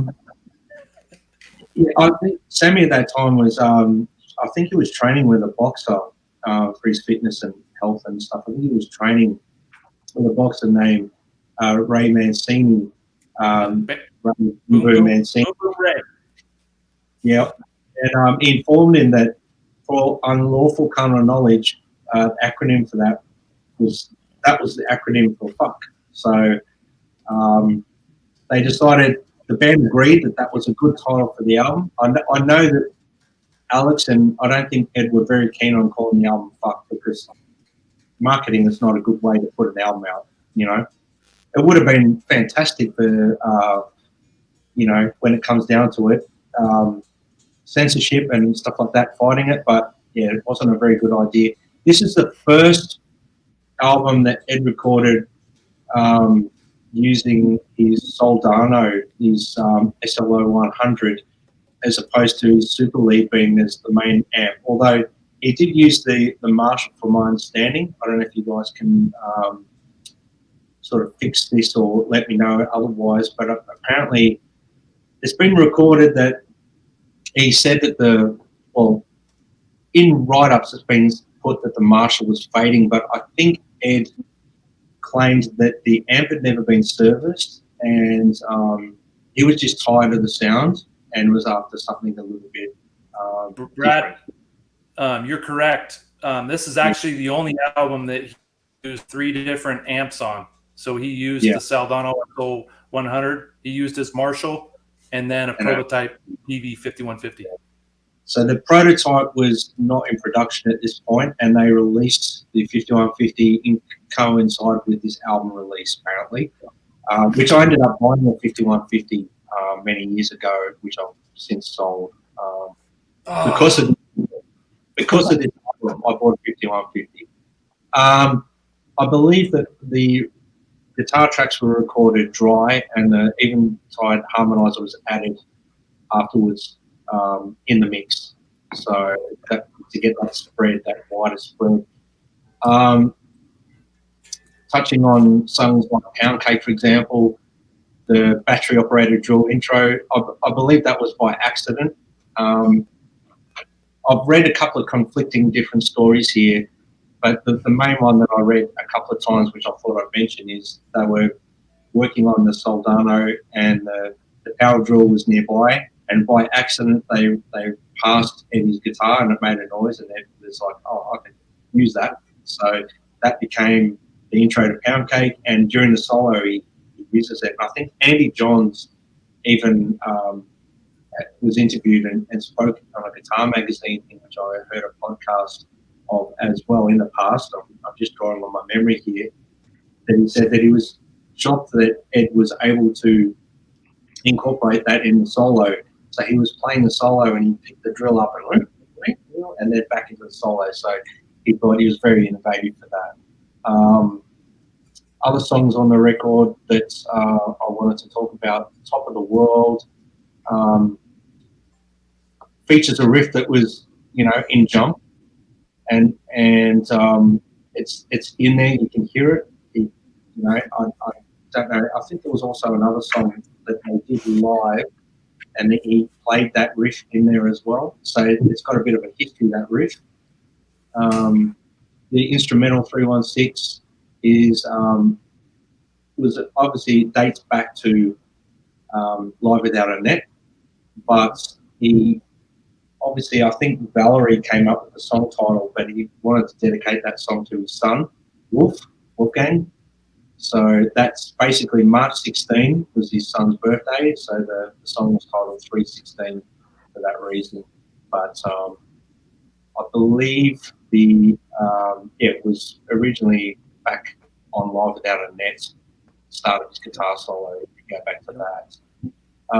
I may be going on a lot here, guys. I'm going to cut it a bit shorter because I want to get into the songs and we can talk about this stuff. He says that every time, by the way. What's that? You say that every time. I know. So I think there was a pressing. There was something I wanted to mention also with the pressing of the original cover. They had a whiteboard in it with phone numbers, and apparently they had to repress the album because that number in particular was, and I thought that would be interesting to mention here. And I don't know if you guys want to touch more on that. And the 91-92 tour promoting the album was unofficially named F.U.C.K and Live. So I thought that. But yeah, obviously a big moment in rock and roll history for me. This album is a massive moment and pivotal point for me as a musician, even just. So you guys want to elaborate on any of that stuff, or you want to get straight into the songs? Yeah, I got some stuff to show. Hold on. You go ahead, Kurt. Okay. Brad, you did a great job on kind of the overview of the album. You stole a lot of my thunder. But yeah, February 1990 is when they started the album. And when they asked Andy Johns if he could produce the album, he surprised them by saying, yes, I can, but if we do it, we need to do it next month. Yeah. So they scrambled with jumping in the studio because they had taken a year off and didn't have any material produced yet. And unique album that they wrote each song one by one, and they didn't move on to the next song until they got each song finished. I thought that was really cool. Bringing Ted Templeton back was a huge game changer for the longtime Van Halen fans because a lot of them say that he brought the hard rock back into the band versus a lot of the keyboard stuff in the past. And of course, this album had one keyboard song, so those hard rockers can thank Ted Templeton. But yeah, they had a tough time cutting it down to one CD because they had so much material for two.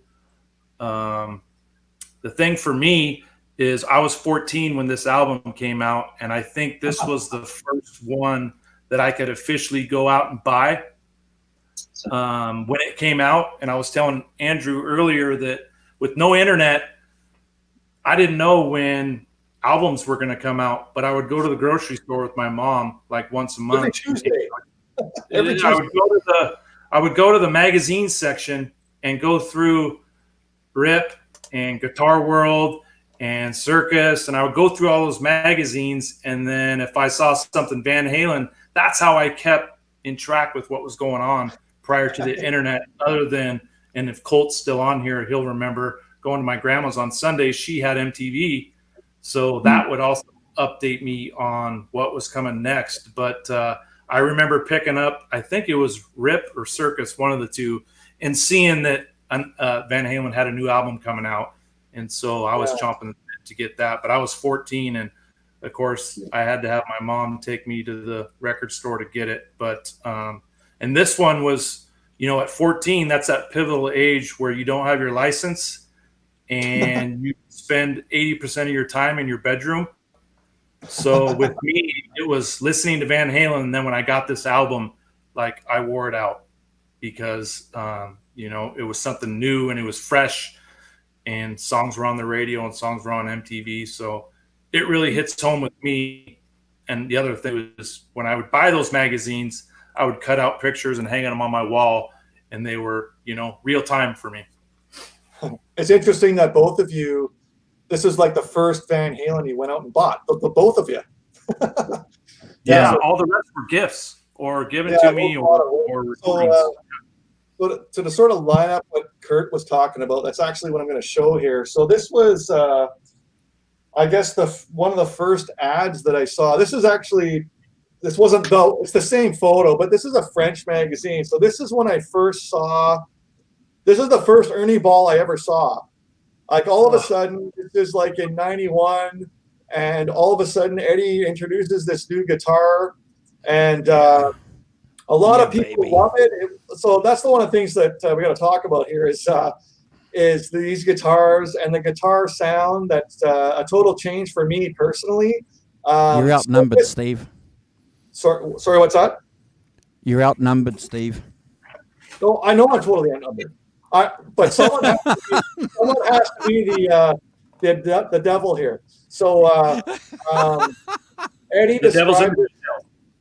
Sorry, Eddie described this as a combination of like a Stratocaster, a Telecaster, and a Les Paul, and it kind of makes sense when you think about it. And a lot of people love this guitar when it came out. I know our friend Johnny Bean, he definitely loved this guitar when it came out. But someone like me, right before I saw the ad for this, like, I'm talking like a couple months before, probably, there was this ad, which was the Floyd Rose. Yeah, it reads, "The Floyd Rose Sustainer is all you really need." And then, like, 2 months later, he's playing this. So you notice how this one's framed and this isn't? So anyway, just for you. So I just want to mention this not just to you guys, but to everybody in the chat and anybody.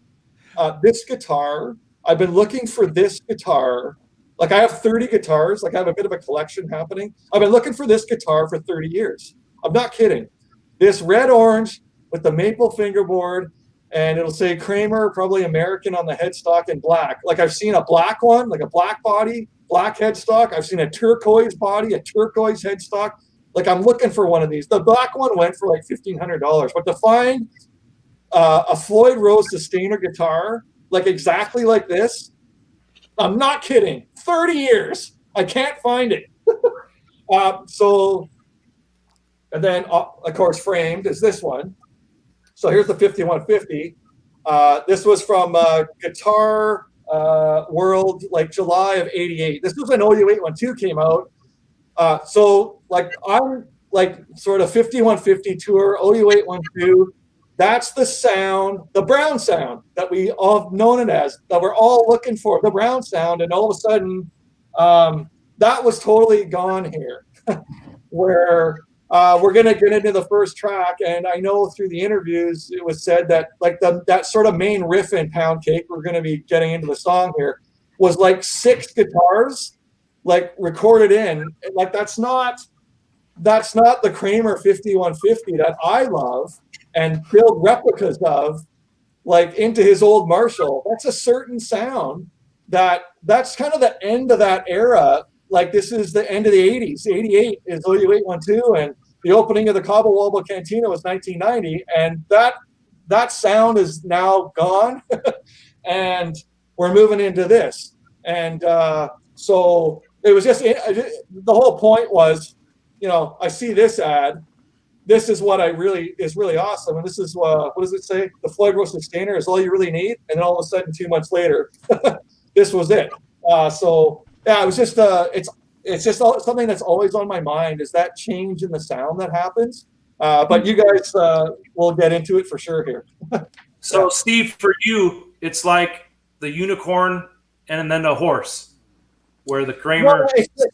I totally understand, and that's what's great about this show is you guys are coming in at this point, and the sound is huge, and it's Andy Johns, and I gave my point about Pound Cake. It's actually 6 guitars recorded in to make it huge, and when I hear the riff in that song, that's not Black and Blue, like that dirty sound or something from Fair Warning. It's just, it doesn't have that crunch of an individual guitar sound coming through a Marshall.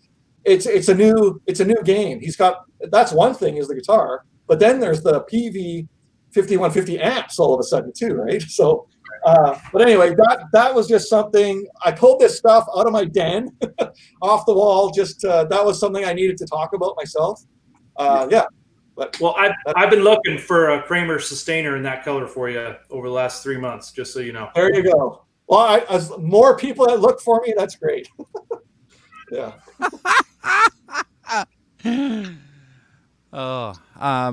Yeah, okay. So what a wonderful introduction, guys. You guys have heard it all from 3 Van Halen nuts. Now it's into the tracks and the rankings. Wow. Tracks and the rankings. Well, Pound Cake, I mean, I saw them perform this on MTV and live on MTV Music Awards, and I was floored. And obviously I'd already heard Pound Cake at that point. But they still got that sound, in my opinion, live. They still managed to pull that off, even though there's a lot of guitars in the song itself, like in the main riff and that. But we'll get to the song. I mean, this song floored me. That drill intro with the Makita at 60 cycles. Yeah, like I said, it apparently was an accident. They discovered the drill over the pickup. The big opening chords, there's 12-string guitars, there's 6-string apparently. It's just like an orchestrated guitar section, solid drumming. Alex in this album, and I'm going to go back to this pretty much, nearly every song Alex is phenomenal. Andy Johns used 23 mics placed in various locations to get that sound right. I absolutely love Michael Anthony's bass playing on this album, this song in particular. Badass. Solid foundation for the song.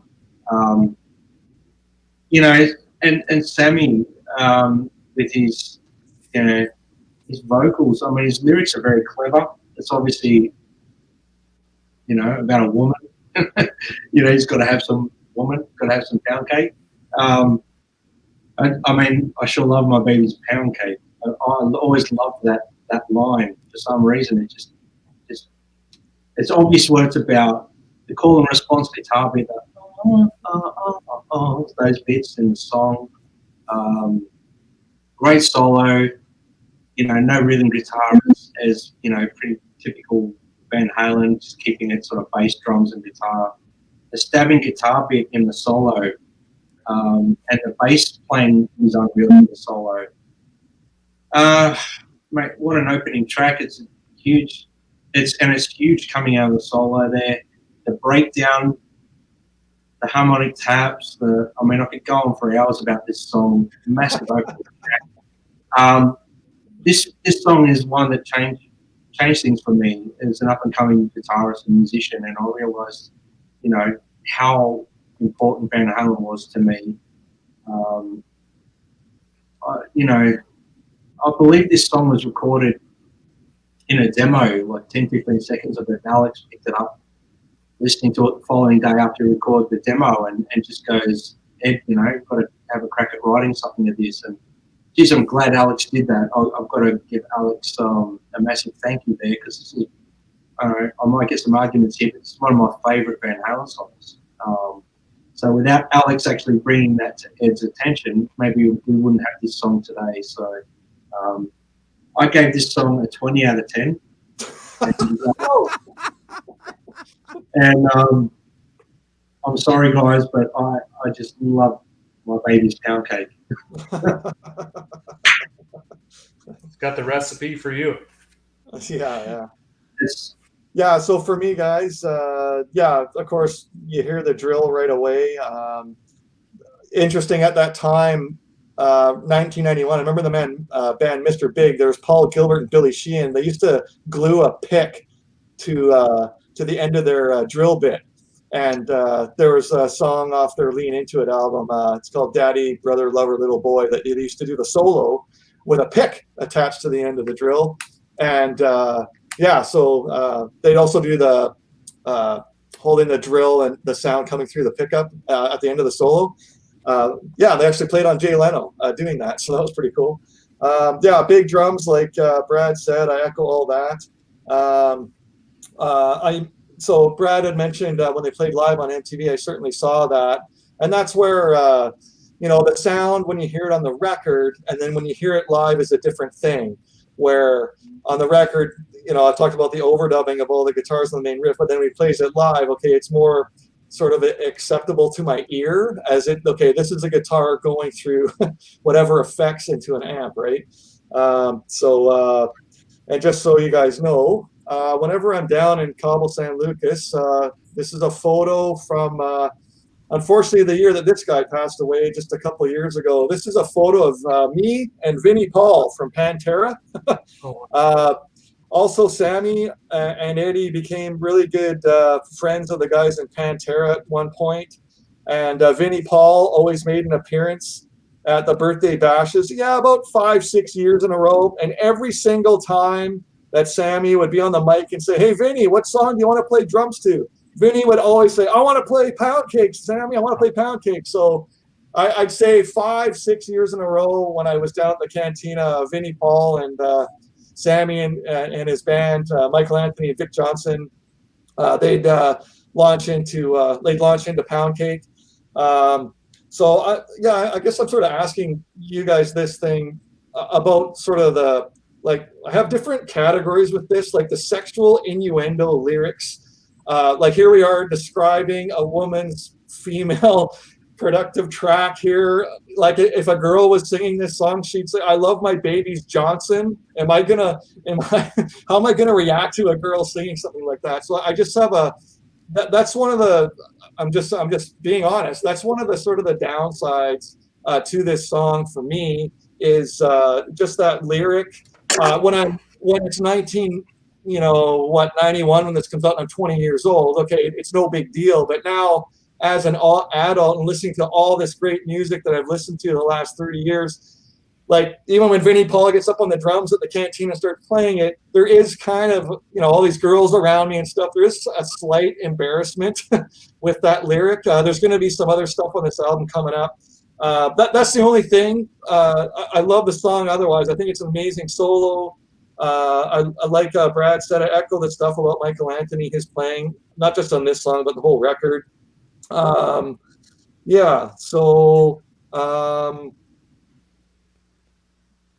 I definitely, for me, I'm giving it a 9 out of 10, basically. It's just that lyric, and it's gonna come up again in a few songs here where, I don't know, you guys, when you think about like classic timeless songs, like can this song be a timeless classic song in the Van Halen history, let's say 10, 20 years from now? Like for me, it's definitely a song kind of for guys. When you're young, you're chasing girls and you can't wait to have a great gal in your life, and this is a good song for that when you're done, and it's a good stadium song to listen to. So there's just that element of it that's I'm not the biggest fan of anymore. It falls into that kind of what's the band that does the song Cherry Pie, like Warrant? It's kind of that corny kind of lyric about a girl, and it kind of just, for whatever reason, it just rubs me a bit wrong sometimes. Just the hearing a lyric like that nowadays. I probably wouldn't talk like this if I was 20, but yeah, I still think it's a great song musically. It's huge. It's a huge song, great solo. I'm just gonna go through the second time I heard it. I sort of repeated the stuff that I wrote down. I'll try to pick out anything that was different.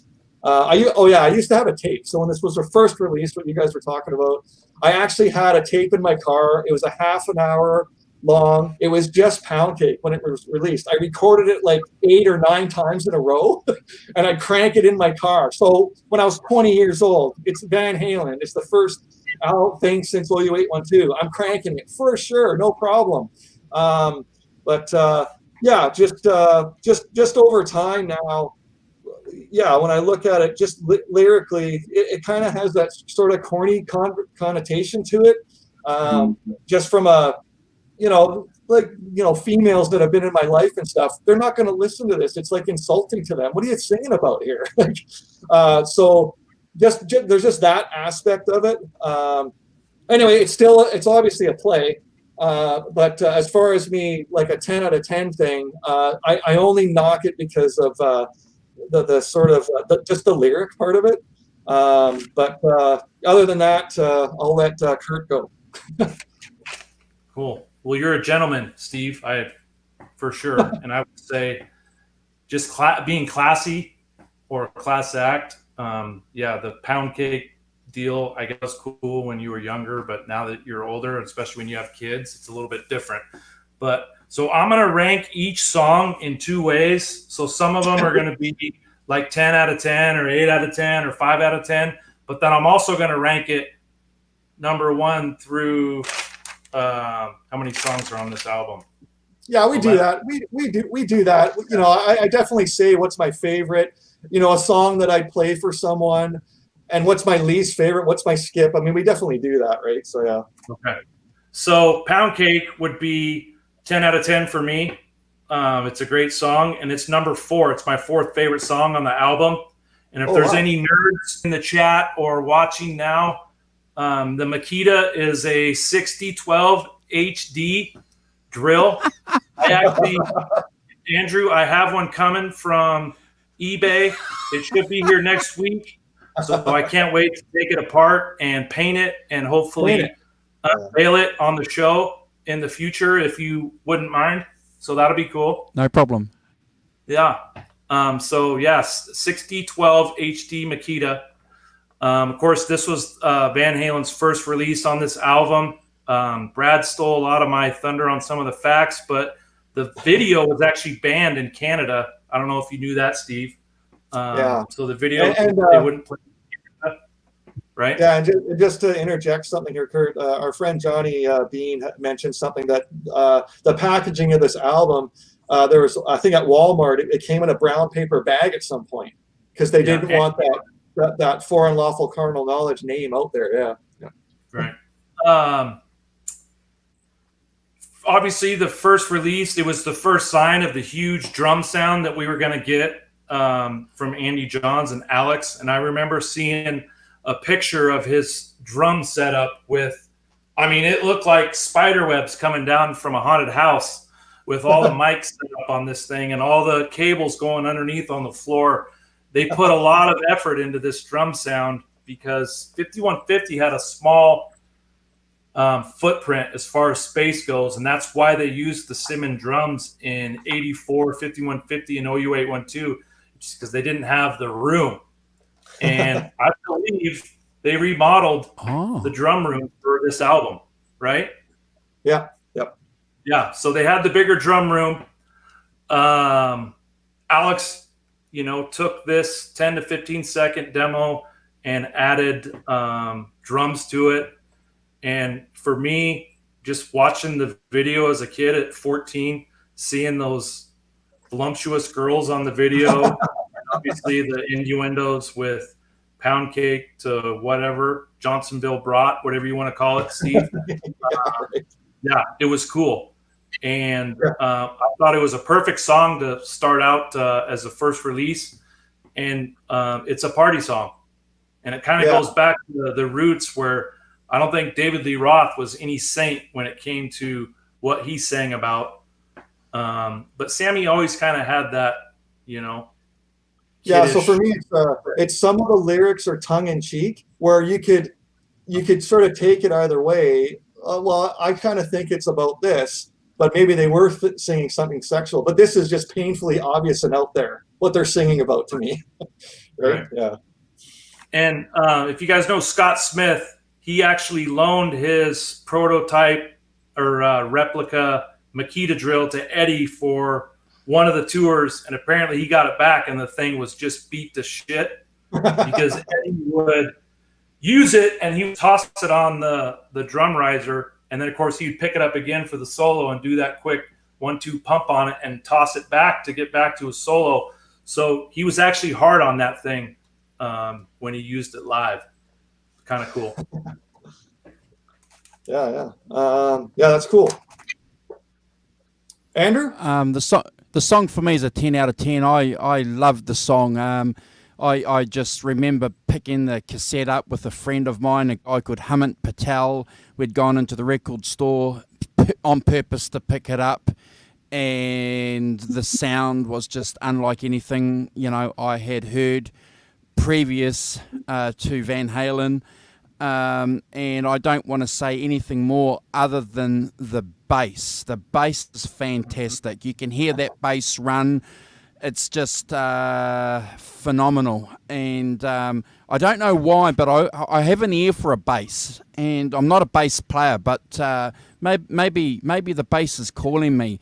And I suppose when you consider some of the other albums, earlier albums that they did with Sammy, where the bass is very hard to hear, hearing the bass on this song puts you in a nice place. Top marks to Michael Anthony. Incidentally, while I'm talking about that, guys, there are some rumours out there, maybe you guys can confirm that Eddie may have played bass on a lot of these songs. Can you guys shed any light on those rumours?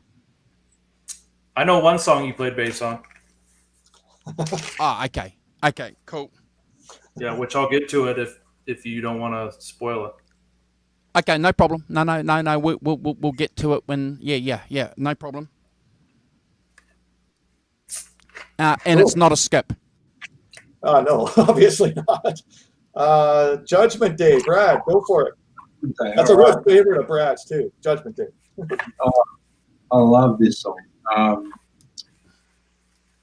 What can I say? Big intro, great second song. Big intro with the whammy bar abuse. I'll call it abuse because he does those really nice chords and then gives it that aggressive like with the whammy bar. I love that stuff. The second time through, he does that little intro again, and the bass and the hi-hats come through to support it. There's some big stabbing accents, and then the song's off, to what I call like a high-octane, tough as nails riff. Big balls and all, drumming and bass and guitar. The bass is solid as anything, and following the guitar and holding the bottom end at some parts, and the drums are just slamming. Stellar vocal performance from Sammy. Love the part that that says, "Tell me what you got." I love that part. Gets me goosebumps every time I hear it. I love the pre-chorus with the BBs, and that's one thing that's it's going to repeat a lot for me. The BBs on this record are phenomenal. I love the lyrics. Obviously, it's based on religious beliefs and preaching fanatics. I don't want to sort of go on to too much of that because I'm not really into the political side of religion and stuff. So the pre-solo tapping guitar part where, when he played it live, he put the hand over the fretboard and play it. I'm not sure if that's how he recorded that, but that was something that he did live, so I'm assuming so. The solos seem simple at times with a bluesy vibe, but it's actually quite difficult. For me, it's quite difficult, but maybe there's some guitarists out there that can really throw it together and make it solid. So solid bass and drums, holding it down.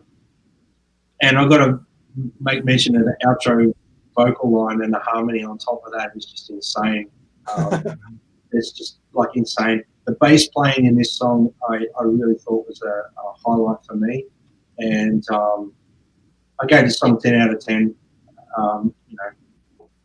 It's one of my favourite songs on the record, and one I always listen to when I'm driving to this song. I can't help but speed. I have to put my foot on the brake all the time to slow down. It's just high octane and balls to the wall, tough as nails riff. When I heard this song, the second side, I'll make mention of this. When I first bought this record, I had a CD player in my car, and I'd heard Pound Cake, but I'd never heard anything else off the record when I bought it. So this song came on, and it literally blew me away. Like it was just like, what am I listening to? Like I just couldn't believe what I was hearing. So I'll hand it over to you guys. 10 out of 10, and definitely not a skipper. So for you, Brad, you'd still like if Pound Cake's 20 out of 10, you would prefer Pound Cake over Judgment Day, or are they both just a 10 out of 10 and there's a tie? Or? I was mucking around saying 20 out of 10, but it was no, I understand that. But no, I'm just saying if what would be your favorite of the two? Judgment Day. Oh, really? Interesting. Okay, right on. More so now, when I was first listening to the record, Pound Cake was always like the song off this record. But now when I listen to it, Judgment Day more so. Huh. Yeah. Interesting. Yeah, I pretty much echo basically everything Brad said. I was going to mention Eddie playing the guitar stuff on the neck or the piano stuff on the neck before the solo. Same thing. I love the whammy bar. I love. I think it's probably their heaviest song ever. I think it's even heavier than Get Up. I mean, just because the riff's so heavy in E. I mean, yeah, so I don't know if that was any kind of influence by all the thrash bands that have all those songs in E or not. But yeah, they definitely answered the call. I don't even know if the Black album by Metallica had been out yet. But yeah, this is definitely one of the heaviest songs they've certainly ever done. And again, like Brad said, I love the background vocals. And just it's all over this record. Michael Anthony kind of shines on this album for me, whether it's hearing the bass and the background vocals. I wrote background vocals probably on every song on here, which on one of our other episodes, like A Different Kind of Truth, that's where I really miss Michael Anthony, just that background vocals. Yeah, cool song, definitely a play, cool riff. This is the second time I listened to it, and definitely I want to apologize to everybody. I remember when we reviewed Balance, I talked about kind of the Christian stuff, and definitely in this song, like Bearing the Cross on Judgment Day. So I guess this is probably the first time that I heard anything kind of like religious Jesus wise. This would be the one, I guess, Bearing the Cross. It's more prevalent, I think, in Seven Seal and Don't Tell Me, but yeah. Yeah, I definitely, it's a great song, great rock song. For me, yeah, I'll give it 9 out of 10. It's an A, but just for me, like for me to give it 10, it's got to be like a goosebump, full-on goosebump favorite song. And for me, yeah, it's still an A. 9 out of 10 is an A. It's just for me, it's got to give me the goosebumps. So yeah, but it's a great song, and yeah, I rank it sort of like Brad did, on par with Pound Cake. I gave them both a 9, so I'm good with that. Kurt, go ahead. Well, this is my favorite song on the album, so okay. I'm chomping at the bit to talk about it. But the biggest thing, Andrew, is that it's still alive. Yeah. The 5150 is still alive on this song. Look at this. This is mine, Steve Anderson. Yeah. So and mine, I don't know if you guys know this, but this is the very first song that they worked on the album. Nice. And the Ernie Ball Music Man had not shown up to the studio yet. So Eddie used the 5150 on this song. And I believe he used his original Marshall as well. And if you listen to it and then go to AFU or Sucker in a 3-piece and you hear that first ring out on the cowboy chords that he does in like 12 seconds, it's the exact same sound, Steve. There you go. Exact sound. Yeah. So the 5150 isn't dead. He used it on this song. Just a little bit different noise with the harmonizer and the D-tune. Obviously, it's a multi-track guitar song. What else do I have to say? The harmonizing and with Mike and Sam is just amazing. Like you can't beat the harmony on this song. And this is a goosebump song for me. And I love the lyrical, spiritual lyrics that Sammy put on this song. And he talks about when he was writing lyrics for this album, you know, he was going through a lot of changes in his life, going through a divorce with his wife. And I think he stepped outside the box, outside of the women and having fun and fast cars. I mean, he did have a few songs here that are sexual, but there are a lot that have quite a bit of spiritual backing to them. But Judgment Day, 10 out of 10, and my number one favorite song on the album. Wow. Yeah, high praise. Because this song, I think, was this on your top 10, Andrew, when we did Brad? This Judgment Day was on your top 10, wasn't it? We did our top 10 list on that day. On that day, it was on that list. Yeah, I haven't got those notes in front of me, but yeah, I think but yeah, it was. But like I said, my top 10 changes, yes. you know, from week to week. But I mean, that's the thing. I mean, I you know, if I listen to, say, this album too much, I end up gravitating to more of the David Lee Roth for a bit, and then I go back to Sammy era, and then I go, like, it's really, I'm not, you know. But this is, you know, anyway.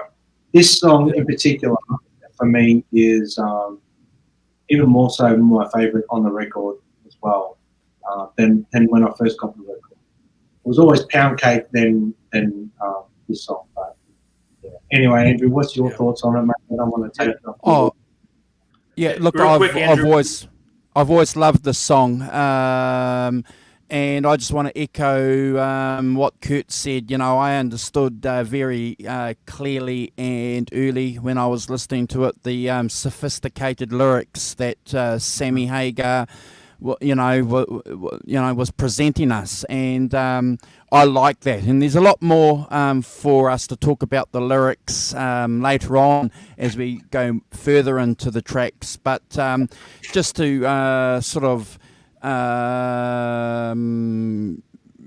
echo a little bit about what Steve said, you know, isn't Sammy a contradiction? You know, 1 minute he's talking about pound cake, and then the next minute he's talking about Judgment Day. So he's got the human nature of men down pat. 10 out of 10, and it's never a skip. I just got to get a refill, boys. Hold on.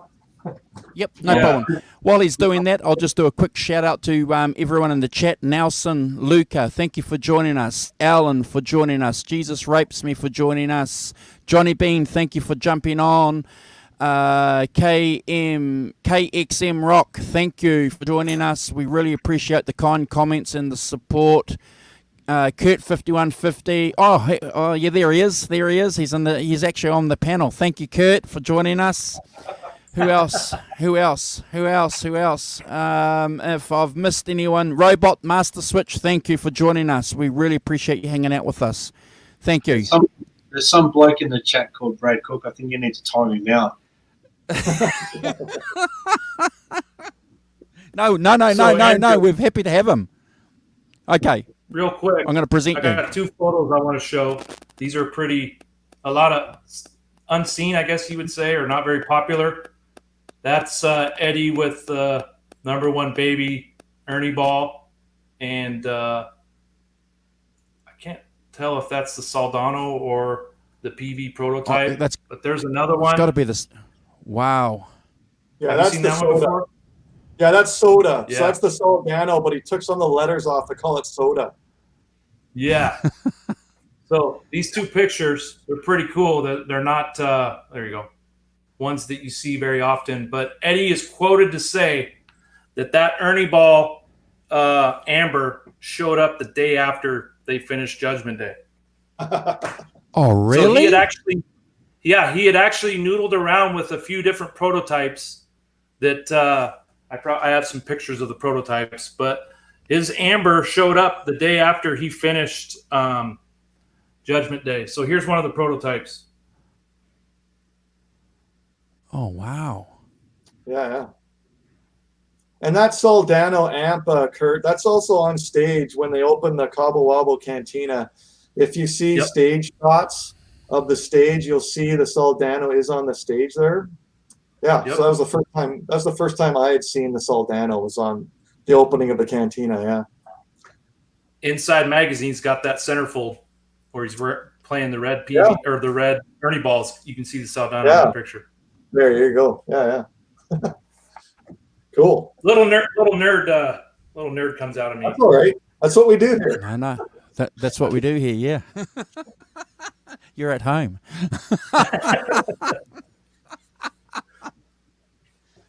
So we're up to Spanked. Up to Spanked. Spanked was pretty obvious what this one's about, guys. 1-800 Spanked. It's about phone sex. You know, pre-internet days, of course. You know, I believe there was like a baritone or a 6-string bass guitar, as well as guitar playing this one. I mean, the bass in the song alone is pretty insane, really. Drums in the verses have great swing. You know, the chorus has an awesome swing and feel to it. I mean, Alex, for me, on this album shines. Alex and Michael Anthony, and musically they shine. This is the sort of album that I was waiting for them to do after this. Like with Balance, they did it, and then after that, they never really captured this again, I don't think. But the bass and drums, again, in the solo section, are holding it down. The solo incorporates similar solo ideas to Judgment Day, I picked up, then goes off into like an atmospheric type thing. The breakdown, All You Bad Bad Boys, that bit, it's very well done. The harmonies are amazing. I put down here, the whole band sounds locked in tighter than a 50 bomb, and I gave it 10 out of 10. So definitely not a skip for me. I love this song. This is a 10 out of 10 for you, Brett? Mm-hmm. Wow. That's amazing. There we go. Wow. I love it.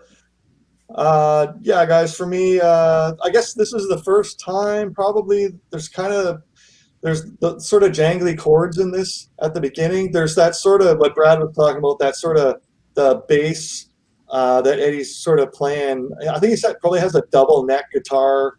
That one's like a bass and the other one's a guitar. There you go. Yeah, Kurt, he's got it's a Dana Electro bass right there. Yeah, there you go.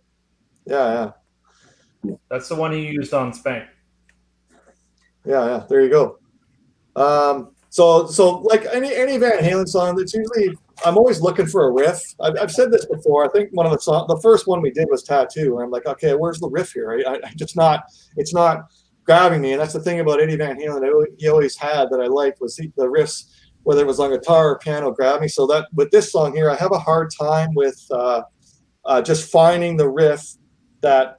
Like remembering it as I walk away from listening to the song. I just have a hard time that it doesn't like grab me like so many, just a whole list of other songs do. That's the trouble I have with this one. And then of course, guys, I'm bringing up here that just the lyric. They're talking about, they're about a boy calling a 1-800 Spank line number for me is completely ridiculous. They're certainly not talking about themselves. They're all married guys with kids. So for me, like it's almost like a filler song to me. Just when I globally listen to this record, it seems like it's a filler song to me.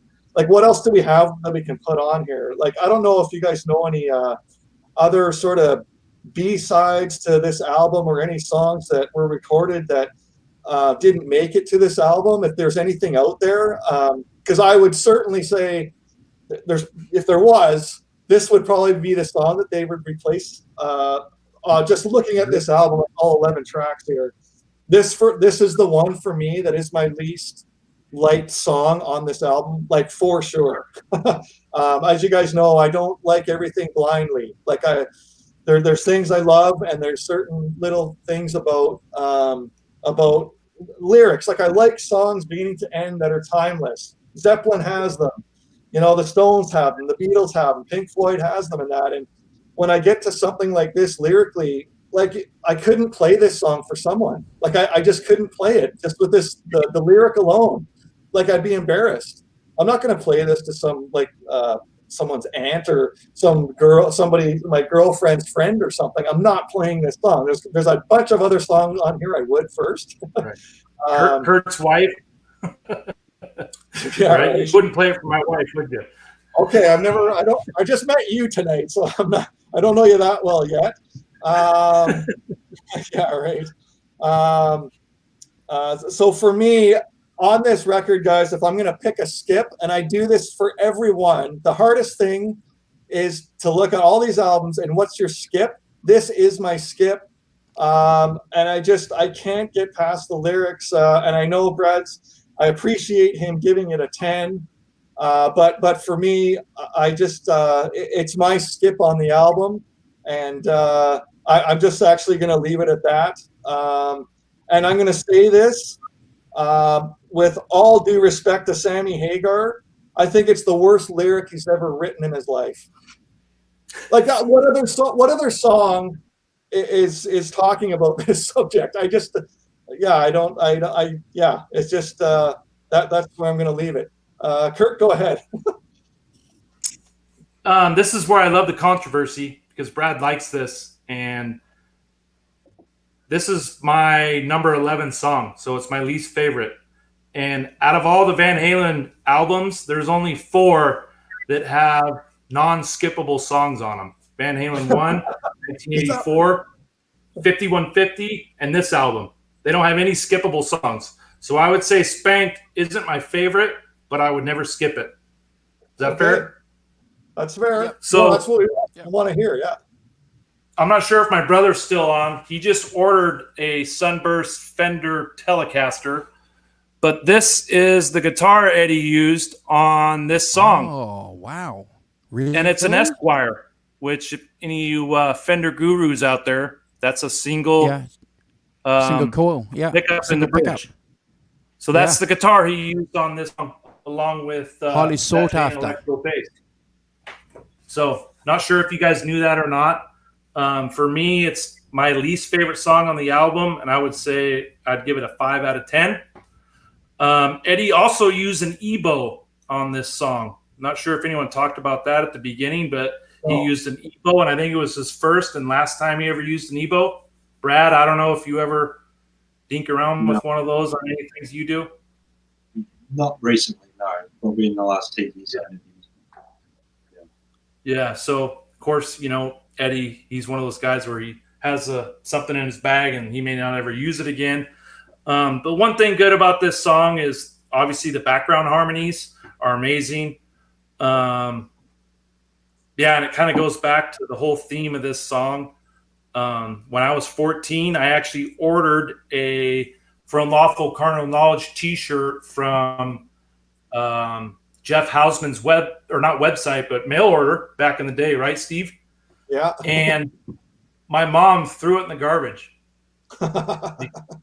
On the back, it said "fuck," and then the F.U.C.K. was big letters, and then for Unlawful Carnal Knowledge was small. And I paid probably $18 for that shirt. I had to ride my bike to the grocery store, get a mail order for $18, send it in the mail. T-shirt came probably 3 months later, and I think I was able to wear it 2 or 3 times. I threw it away. So I've never healed from that childhood experience. If you ever want one of those order forms, I have like 47 of them in a can. I still have some of the original ones that were mailed to me. Yeah. Right. And Kurt's serious too, guys. He's not joking. Look at Kurt's face. There's no smile on there with that story. Look, my notes are pretty much a reflection of what you guys have just said too. The lyrics are corny. When you consider exactly what you guys have said, Sammy can write a masterful song one moment and clearly a silly song the next. I love the music though. The chords. It's never a skip, and it's a 9 out of 10. Wow. Okay. Interesting. I find that fascinating. Steve. There you go. There's the order forms from the old Inside hold on. magazine. Hold on, Kurt. Hold on, you're too fast. I'm too slow. There they are, ladies and gentlemen. Hold on. So Kurt November 7th, cycled 3 hours to post that. So I probably cut something out of here and hung it on my wall or in my locker at school. But 97 is when this came out. Wow. Pretty cool. Right on. Thank you, Kurt. I know we Awesome. don't have all night, but maybe I'll save that for another show.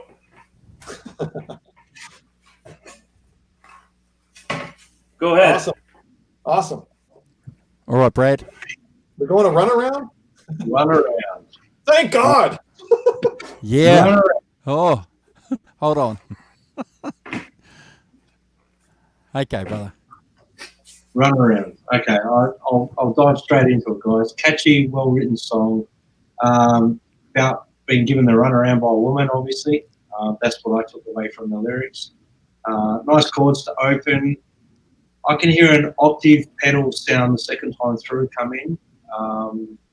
That's what I can hear if you really listen closely. It sounds like, or they might have done something with the harmonizer the second time through. He plays that. Solid bass, drums have that unique feel given that Alex puts. The vocal melody is great. Pre-chorus is great. Nice harmonies. Chorus is very hooky, which, you know, that was one thing that Sammy was really good at, writing great melodies. Whether you like the lyrics or not in songs, he was always good at writing a good melody. So that to me, the harmonies are very Beatles-like to me in this song. Nice use of the arpeggiated chords in the pre-chorus before the solo. Solo is great. Tapping section is great. Nice stop in the middle of the solo, then the wah. That wah, the wah. Yeah. I love his use of the wah like we all do. And I mean, old school Van Halen bass drums with no rhythm guitar. That's what I always put when I hear no rhythm guitar underneath the solo. End of the solo breakdown with vocal. Oh man, it's hard enough. That section there positioned perfectly. The outro chorus with the harmonies again, stellar. And I put really, really nice outer guitar work. So that little guitar section at the end, I loved that. I gave it a 9 out of 10. I think the lyrics on this are a lot better than last, but I will mention this to back up my spanked lyric rating. I don't rate a song because of the lyrical content. I rate it because of how much I love the song. So, but I understand that can divide people. So,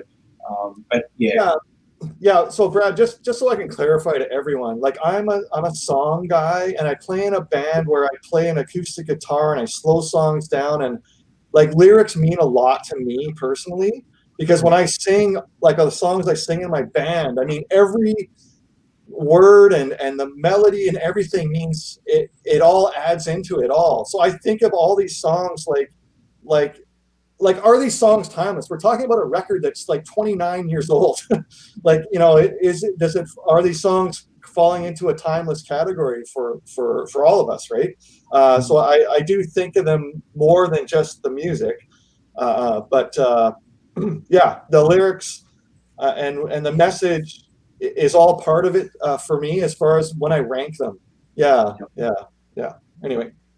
And just real quick, Steve, the spanked came from Andy Johns. He actually called all the shoddy or outdated or beat up equipment that Eddie had in the studio. He called it like, that's spanked, or this thing's spanked. Why are we using this? It's spanked.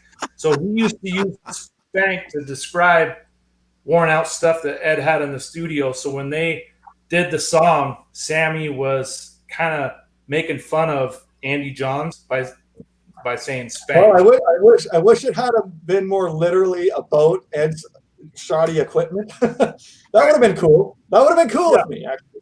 Yeah. So for me, Run Around Guys, cool riff, much better than what I just experienced on the last song. Anyway, it's a real favorite with Sammy's band, The Circle. They always play Run Around and a couple other songs we'll talk about here. I'll keep mentioning what Sammy still plays. So it holds up for like anybody's listening, sort of lyrically anyway. I think it's a cool solo. And the second time through, there's something I wanted to say about it. I love the cool little fills in the song. Like there's some guitar players that are really, really good at that. There's kind of like a main parts of the riffs, but then there's all those little taps or the horse sounds or whatever. Not so much on this song, but just the actual notes that he plays, sort of linking the song together as it goes along. I was really hooked into that the second time I heard it. I actually like this song more and more every time I hear it. It's very catchy and sing-alongy, like Brad was saying. So yeah, now this song here, it definitely falls into a category where you could sort of almost play this song for anyone, and it represents the band very well, I think. Cool riff. It's certainly definitely a play. I gave it 8.5 out of 10, so it's almost an A. It's close. It's just again the goosebump factor. It's just a great song. It's a great rock song. Sammy still plays it live, and that's a run around for me. How about you, Kurt? Steve, once again, you and I are hip to hip. I give it an 8 out of 10. There you go. So this is my 5th favorite song on the album, and I would say it's kind of a party song, maybe a stadium tune. Sure. Ed also used that Fender Esquire on this song as well. He used the Ernie Ball for the solo, but he used this Fender Esquire. And there were a couple companies that were trying to get him to have his, they wanted his business. Paul Reed Smith, Fender, and Ernie Ball were the 3 main companies that were going after Eddie. And he got this Esquire from Fender when they were trying to sign him. The wah-wah, when I was 14, I loved the sound, and I don't think I had very much music that had a wah-wah in it. So that really, really caught my attention. I love the solo. And this is the first song that Eddie used the 5150 PV prototype on. Nice. Oh, wow. Yeah. I just got to give a shout out here to John BL 5150. He's an old favorite of mine from the old show I used to do on the Johnny Bean Show. And John BL does a show on Saturday nights, Saturday Night Live. John BL, I can show you my guitar. I know you just built one. Right on. All right. A little late there, Andrew. Sorry, I'm fast. Go ahead. You're up. Andrew. Okay. Look, I love the wah. If you guys know, any wah that Eddie's around and he puts into a song, just gives me goosebumps. Love it. He's a master at it. I love the lyrics. It's a song that probably we've experienced to some degree. Love the harmonies. It's never a skip, and it's a 9 out of 10 for me. Nice. And g'day John BL, and g'day Nelson too. Thank you for joining us. 9 out of 10. Nice. Next one, Pleasure Dome. Thanks. I've read some conflicting stories on this song in particular, but I did see an interview with Ed and Alex talking about Ed and Sammy, I think it was, talking about this song, which cleared it up a little bit. Apparently this was a song that was pieced together. It had about 5 different sections, and Alex kind of led the direction for this song. So they, credit Alex for this song, and I believe it was going to be an instrumental at some point. And I mean, for me, the drums are insane in this song. Alex's highlight on the record. I believe the lyrics were from a Power of Dreams and Imagination Samuel Taylor Coleridge in 1798 poem. And from that, they were inspired by that. I don't know, the breakdown in this with the the cowbell into the solo is my favourite part. It's another highlight of Alex, and Michael Anthony's bass playing through the solo. I mean, I love when Ed goes to the neck pickup in the solo as well, and that's one of my favourite things when Ed started using the neck pickup a lot. I just absolutely love it. You would call that the girl sound. Yeah. The lady sound. That woman sound, yeah. I mean, there's something about that anyway I love when I gravitate to that naturally myself when I solo myself, and I just love when Ed goes to that neck pickup. So when he goes from the bridge to the neck pickup in a solo, it's just, So yeah, 9 out of 10 for me, and never a skip. Nice. Yeah, it definitely has that thing. When we talked about balance, what's the instrumental called "Doing Time"? It kind of had two parts to it, and I remember on that episode where I talked about the second half, where Alex really gets going on it, and that it's clearly in here on this song. And this was great to see live. I think it's even on the Right Here, Right Now video, where they launch into this. I don't know if I think it's right before Alex's drum solo or whatever, but yeah, it's a definite highlight. I remember. When Sammy Hagar and Eddie Van Halen were on a show called Later with Bob Costas. I don't know if you guys ever saw that when those guys were sitting on a couch, and they were talking about how Pleasure Dome was kind of Alex's song. So I like when we give facts when I'm speaking from them, right? They said this, so I'm just sort of regurgitating what they actually said, because a lot of times we read stuff and you just never know, right? But I think it's an amazing song, and lyrically, I like the line. It says, "Lost in a world miles and miles from nowhere." So anyone. I mean, I've traveled the world. I've been to Brazil. I've been to Sri Lanka. I've been to Europe, and there's sometimes I'll be standing in Sri Lanka in some market or something, and I'm going, "What the hell am I doing here, man?" Like. So there's certain lyrics and songs where I've been to certain parts of the world, and there was a moment one time in Sri Lanka when I actually did think of this song. What am I doing here? Just lost. So this is the innuendo, like in lyrics that I actually like. Where Pleasure Dome, okay, someone's Pleasure Dome again. It could be the pound cake thing, or someone like me. It's just like it's great to be in a place in a world. Like a place in the world, and I kind of go into my own little cocoon sometimes. I gotta be worried about where I'm walking in the streets of Rio, Brazil, or I gotta it's like a protective thing for me. So that's what it is for me lyrically. Cool intro, crazy drums, which I always like. I like that.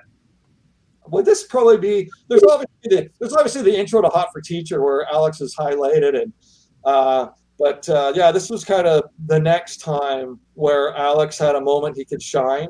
I don't think there's a moment like that necessarily on 5150 or 0812. Anyway, definitely it's a play for me. And I give it 8.5, sort of a B. I guess an A for me is always like would be like 9 out of 10. But I still. Yeah, and it's a great song to listen to. I'll crank this if it comes on my stereo in my car for sure. Yeah, Kurt, go ahead. Thanks, Steve. So I would give this 6 out of 10.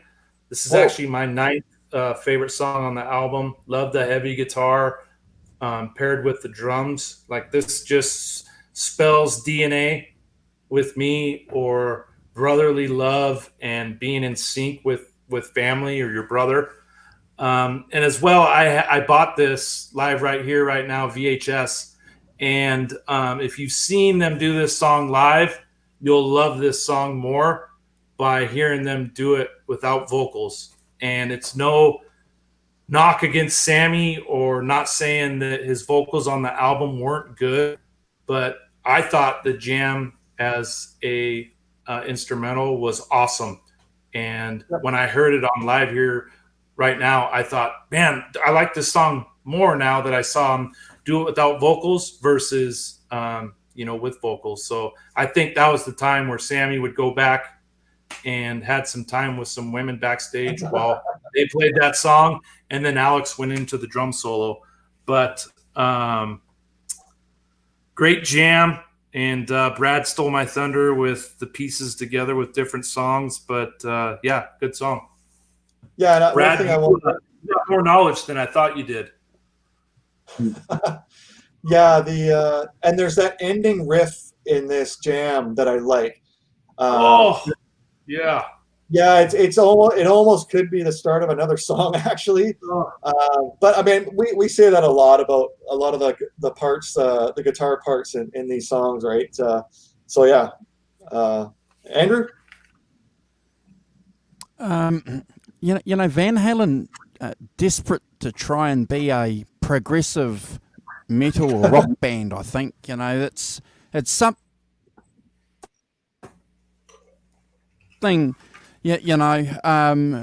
For years I used the song. For the last 15 years, it's favourite songs because there's a lot going on. You know, you've got Eddie playing some interesting guitar licks. You've got solid drumming that you guys have mentioned brings the song.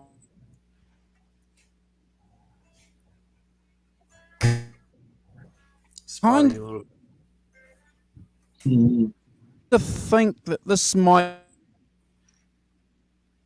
Andrew, we've lost you, buddy. I think be a song that. I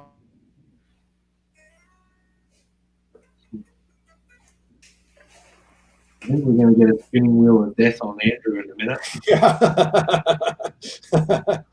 Yeah, we had this experience with Brad the first time I met Brad. He tried to come in like 14 times. Then he came in different rooms. That's still part one of. Okay. He wants us to keep going, Brad. So if we want to go to the next song, song number 6 is In and Out. If you want to go for it. We'll continue on, Andrew, and then hopefully you sort of manage to get connected again. So In and Out. I guess this song, from my understanding, is addressing. Is it In and Out we're up to? Yeah, we're up to In and Out. Addresses a man and woman's financial debt struggle from birth to death, basically. Like they got you coming in, they got you going out. I think in America, it's cost of living is at this particular time was the cost to come into the world and then the cost to leave the world was just phenomenal. I don't know if that's changed since back then, but it was great vocals, catchy guitar riff. Love the breakdown, the wah piece. The wah solo is fantastic. Nice to hear some. Can you guys hear me? We're waiting for Brad, or. Yep. Or you can't hear Brad and I? Is it a southern hemisphere thing? No, we can hear Brad. Brad's clear and fine. You were cutting out, Andrew. Okay. So unfortunately, I've got no control over the internet connection, guys. So if you lose me, just carry on. So that's a 9 out of 10 for me. So if you guys are on the next song. Yes.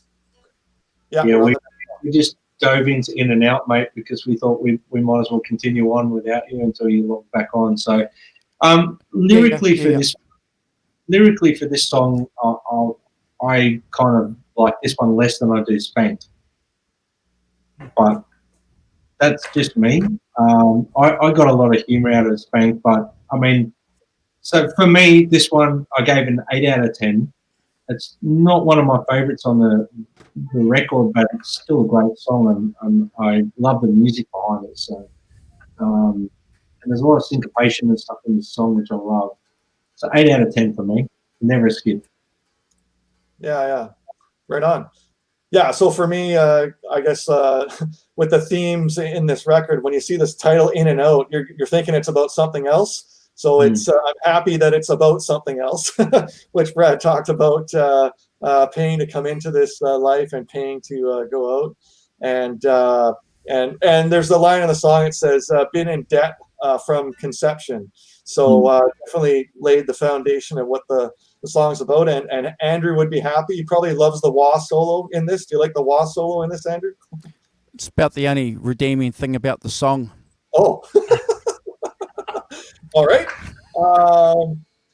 For me, it falls in that category, guys. I know, like I sort of categorize everything pretty easily, from 10 and counting down. It's the upfront riff thing. It's kind of a bit of a lost riff for me. I always I say it every few songs. I'll say that I just like Tattoo. I can't find the riff. Where's the riff? And I usually walk away a riff, and so many times Eddie's made me. I got to find a guitar and then figure out what he's doing, right? So that's the thing. One of the things I like about him musically the most. But it's still a play for me. But it's not going to be in the B category. So I'm just going to go see if there's anything on my second listen. I pretty much repeat myself about the riff, and then there's the wah solo, and I wrote Andrew will probably like that, and he said it's the redeeming thing of the song. And I'd say because of I can't find the riff in that, it's not a song I'd play for someone to represent this album. That's a thing I didn't plan on it, but doing these shows, that's actually a category for me where, like, what am I going to play on this record for someone, just in general? Anybody, male, female, old, young, doesn't matter. It's not going to be this song, so I'm going to leave it at a 7 out of 10. And yeah, that's all I can really say about it. It's okay.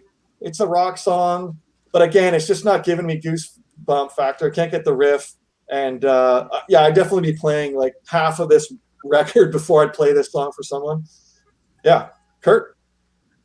Well, I thought this would be your favorite song, considering how excited you get when Nerd Halen goes to In-N-Out Burger.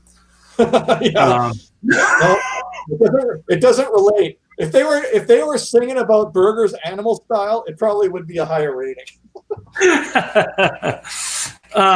When I was 14, 15, I actually thought this song was about sex, right? With the name In-N-Out, but obviously it's not. Right. Like Brad said, it's about life and how you get into debt and try to make as much money as you can before you die, which is pretty deep if you ask me.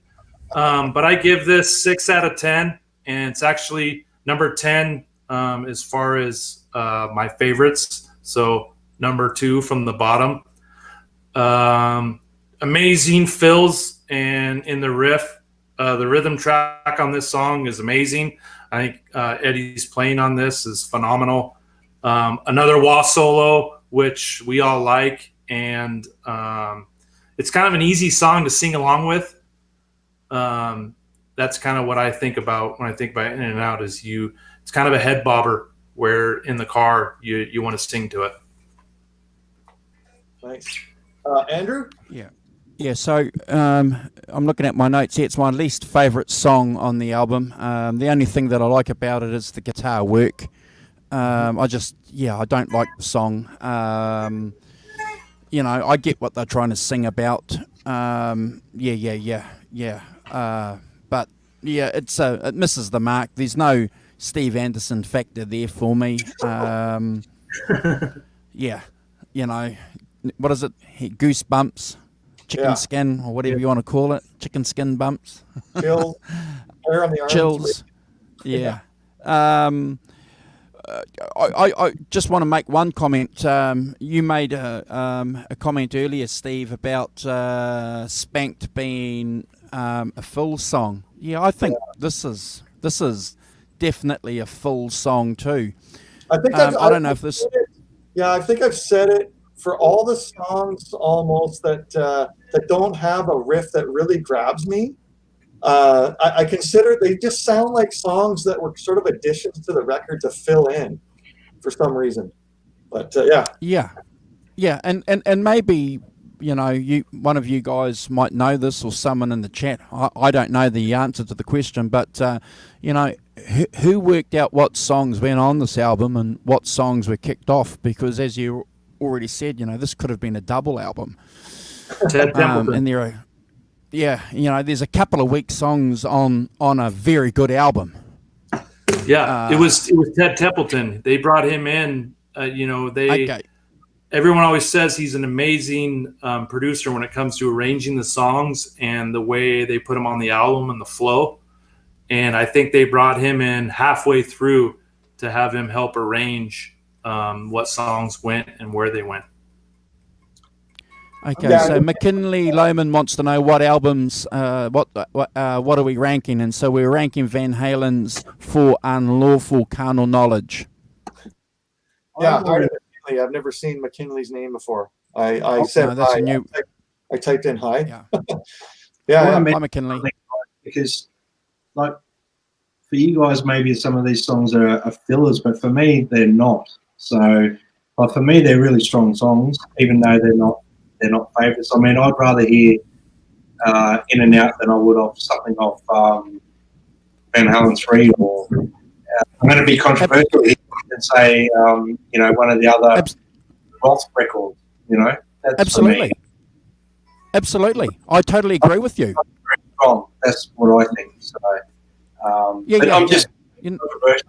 I'm just putting it out there, and that's why I love these shows. So. No, and what I was going to say at the beginning, I didn't get a chance to sort of talk about this album. I went to the guitar thing. Was like I think about this record. There's like more good songs on this than there is actually on Balance. But I have like a 10 on Balance, and like 7 Seal, and that are huge songs that I love more than these songs. But I think there's more good songs on this record than there is on Balance. It's just that I have a couple real favorites on that one, right? Yeah.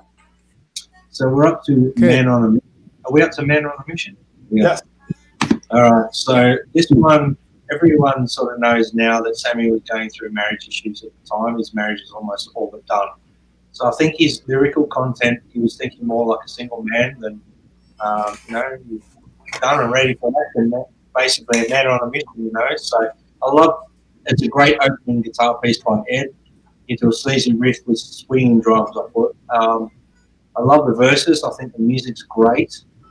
The vocals are great. The melodies are catchy. Man on a Mission. I love the guitar riff under the lyrics. Great solo. It's one of my favorites on the record. Again, really guitar under the solo. So I love that. Last 30 seconds is my favourite part with the outro solo. I wish the actual song didn't fade out the way it does, and I put 9.5 out of 10. Sorry, what out of 10, Brett? 9.5. Thanks. Wow, nice. I'm glad. Thanks, Ken. Yeah, so this is my favorite riff on the record. This was a song that it made me run to my guitar, and I got to figure out how to play this thing. And if you guys ever get a chance to see Van Halen play this at the Cobble Wobble Cantina in 1992, was the second and last time that they played at the Cantina. They played this song, and there's something about the Cantina and Michael Anthony's bass, and hearing this song, particularly on that performance, was amazing. And but there, like Brad was saying, there is that lyrical thing. You know, baby, let me fill you up inside. Spread your legs and open wide. You know, you're falling into these kind of Gene Simmons Kiss kind of corny lyrics, right? But the music overrides that for me. Again, second listen, always love the riff. My favorite riff on the album so far.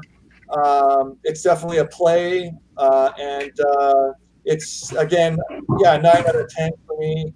And just the lyrical message is off a bit. That's about it. All I have to say about it. Go ahead, Kurt.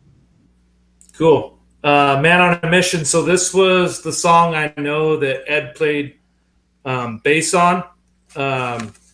Michael Anthony actually struggled learning the bass to this song because, you know, Eddie wrote it and had him work on it, and I think they split the bass track on this song.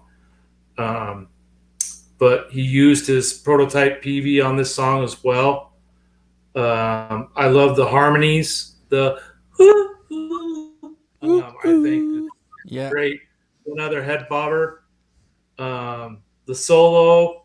I love the heavy bends, the trills, the tapping. I mean, I think the solo and the guitar work on this song is like Eddie Van Halen in a can. It's not one of my favorites on the album, but it is number 6 as far as my favorites. And that's Man on a Mission for me. Andrew. Yeah, look, I love the song. It's a rocker. Always have loved it and always will. It's never a skip. It's a 9 out of 10. And it's certainly a song that I would play to somebody who had never heard of Van Halen. It's it's a classic song. Andrew, did you do something as far as your screen and your voice goes? Because you look really clear now and you're speaking clearly. Did you do anything to your computer? No, it's my internet connection, mate. You got to remember we're on the arse end of the world. So No. Yeah. I'm not saying that. Yeah. So I'd love to go to Australia or New Zealand. Come on. Yeah. So unfortunately, I've got no control over that. So, but if I do freeze again, guys, just carry on. Right. Brother. The dream is over. Lyrically, I believe this is about the economy being stuffed in America. Surge of inflation in the late 80s and the Gulf War. And I mean, basically the government saying, work harder or suffer under the old way. I believe that was kind of where the lyrical sort of inspiration came from that. I may be proven wrong. So, but I musically and everything, I love the song. I love the stabbing intro with the classic, Ed Melody on guitar. Nice arpeggiated main riff. I put that there, the arpeggiated sort of stuff. The way he does that sort of muted arpeggiated stuff, I love that. Dream Another Dream. I love the melody. I love the harmonies. The solo's killer. This is one of my favorites on the album as well. I love the use of the whammy bar and the squeal as well. What can I say? I love this song. I'm going to be quick on this one. 9 out of 10. It's never a skip for me. Deep track. Nice. Yeah, it's got that huge intro riff and the soloing that's happening. And like Brad said, it's got that arpeggio. Again, I've said it probably every show that there's an Ain't Talking About Love riff around here, but just a different little hook at the end. And I like the line, "Are we a lost generation? No place to go." I mean, I was there. I don't know about you guys in your working life, but when I was 21, that's when, okay, I'm done going to college. I've got to join the workforce. I want to get money. I'm going to buy my own place. I got to move on in life. And that's right around the time of this song, where I did the dream of going to college. And I don't know what I was going to do, work in a bank or something, taking business administration. But I got to a point, no, it's over, man. I got to join a workforce. So that's why this song has a bit of weight with me, because of that. It's a cool solo. Second listen through, I mentioned sort of the same stuff. And I like the message of basically what I had to go to. I had to dream another dream. I got to get on with life here. I don't want to live at home. I don't want to be what happened was with people I knew, like guys were becoming full-time students. They're just staying in university and taking whatever. And I said, I'm not doing that, man. I got to start making a living and get some money and move out and get on with life. And that's right around this time when I was 21 years old. So, great playing by Eddie on this one. And I actually echo Brad, basically 9 out of 10 for me. I think it's a great rock song. I could definitely play this for anyone. This is one of those songs that fit that category for me. There's a couple more coming up here, but it's a huge. It's got the elements of Judgment Day with that huge riff at the beginning, that hard the A chord that's coming in, and it takes you on a different journey. But definite play. 9 out of 10. Go ahead, Kurt. Well, Steve, to your surprise, Eddie used the 5150 on this song, so maybe that's why you love the heavy riff so much. Same as good. My second favorite song on the album. What's that, Brad? Oh, just saying, you can definitely hear the 5150 on this track, 100%. Yeah. 10 out of 10. And if you guys want to know what the song's about, I read an article. This song was written, Sammy talking about the 80s are over and they're going into the 90s. And in reality, with tech companies and the Silicon Valley and Microsoft and Amazon. The industry is changing into a new way of life. And if any of you guys know some of the tech industry, like you go to work wearing flip-flops and, you know, they give you sleep breaks on your lunch. It's just a totally different time versus the blue collar time in the 80s to where this song's about. I guess the changing of guard into 1990. This is the category of songwriting that I like, where like it meant something to me in a different way, in my own way. This is kind of like that. These are the lyrics that I like, when it can mean something to you that doesn't necessarily mean what he was singing about. So that's interesting. Right.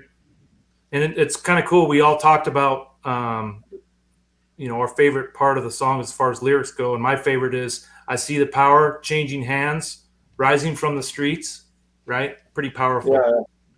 And this easily one of my top 5 favorite Sammy era songs. And I would consider it a deep track, because most Monday Morning Quarterback Van Halen fans probably don't know this song. But for sure, one of my favorites. Right on. And I love the, hey, come on, man, wake up. Right on. Yeah. Andrew? Oh, look, I'm going to echo what you said, Kurt. I love the song. I always have. It's a 10 out of 10 for me. It's bordering on a Van Halen masterpiece. We've got some sophisticated songwriting coming through from Sammy, making up for some of the boyish stuff that he has a tendency to deliver. Fortuitous song, I suppose, when you consider what the world is now. Amazon's a huge company. It's a big company now. It's dominating everyone's lives. It's putting millions of people out of work and kind of re-employing people. Yeah, anyway, we won't get political or economic. We're talking Van Halen. And I love the music. The guitaring is fantastic. But yeah, the lyrics are certainly what gets it for me. I was a political kind of character around the time when this album came out, so yeah, it resonated with me. That thing you said, Andrew, about the lyrical content with some of these songs, and then I know when Balance came out, interviews with Sammy that I saw, he said definitely that he was happy that he didn't have any of those kind of sexual lyrics necessarily on the Balance album so much. There was Wham Bam Amsterdam. That was about as bad as it got. That's about it, yeah. Yeah. Thank you, Alan. That's nice comment. Thank you. We try to do the best we can and try have a bit of fun. Try and have a bit of fun too. All right, so we're up to right now. After listening to this album, the amount of times I've listened in the last couple of weeks, this has actually become my favorite on the record now. Yep. I believe this song dates back to 1983, the Wildlife music. I believe it was in the movie as part of some of the soundtrack. Anyway, I believe this was a song that was readdressed in about 85 by Ed. He was thinking of doing a solo project. I don't know if this is true or not, but I think he had Joe Cocker in mind to sing on this track. He was looking at doing an album with different singers. I think he even actually called Joe Cocker, and Alex talked him out of the idea, and then they ended up hiring Sammy, of course, and which turned into the Sammy era. But they pulled this one out of the archives again, and I think Sammy has been noted as the lyrics came from a moment when he's on a beach in Malibu, and he fell into the moment, and then when he came out of that moment, he wanted to be back in that moment. So he thought everything that was going on in his life and how busy he was and everything, and just like, I just want to be back in that moment where I was like in that state of almost meditation. So he was living in that moment for that absolute sort of short period of time, and he wishes he could be back there. So intro with the big drony note stabs, the main piano part with the drums. I love the song. Once the guitars come in, It's got that real percussive riff. I love it. The bass playing in this song is like, I don't know if you can call it perfect, but I couldn't think of a better way of putting a bass line down. There's some nice stabbing and slapping sort of percussive and plucking accents on the bass. The vocals are amazing. Highlight for me, one of Sammy's highlights other than Dreams, which we're not at that record yet. And you know, it's definitely Sammy's best vocal on the record for me. The dramatic middle section, I love the ad lib from Sammy. The solo is killer. It's perfect example of Ed playing a solo for the song. Nice build up, and you know, again when he goes to that neck pickup, I just love that. When the song fades out and you hear Alex come back in, I'm kind of wishing that song up again, because I don't want it to end. I don't want it to fade off like it does. I mean, you hear Alex come back in, don't. And it's like, oh man, don't. What are we missing out on now? So I give this song 20 out of 10, 10 out of 10. And this would be, I have to say, this would have to be one of the songs that I would, now after listening to it so many times, in the top 5 songs I would play for someone to listen to Van Halen. Wow. Nice. That's usually something I say. Yeah. So, yeah, guys, this is my 10 out of 10. I think this is where Van Halen, this song is that epic category. Like when you think of, Zeppelin, you think Stairway to Heaven is their masterpiece. I think, this song for the Van Hagar era is definitely riding in that category of one of the most epic, important songs they've sort of done. As far as this version of the band goes. And that's the first thing I wrote, Brad. It was best song to play for someone, definitely off this album.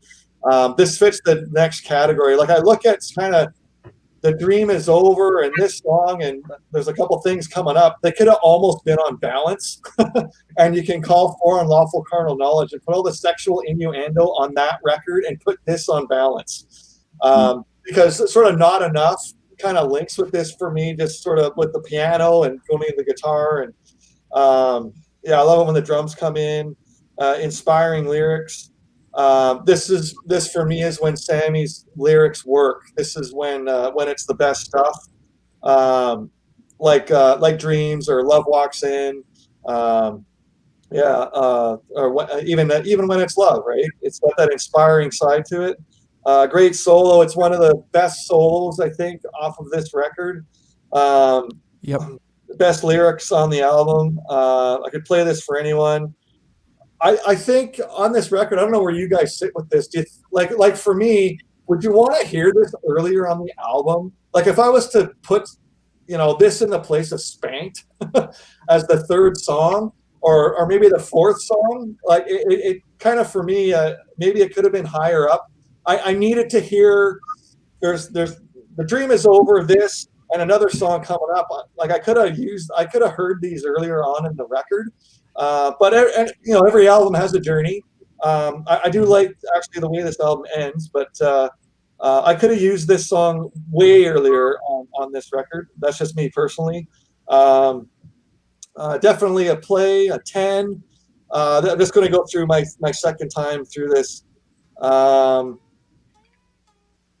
It kind of has that a continuation from The Dream Is Over. Like, okay, what was going on in the world, and now, okay, this is the new world we're in with Amazon and all this and that, and here we are. Okay, you want to do something, man? Do it right now. And it's a complete link to The Dream Is Over for me in my life, where it's like, man, if I'm going to join the workforce, and I'm stopping college and I'm joining the workforce, and I'm being totally honest.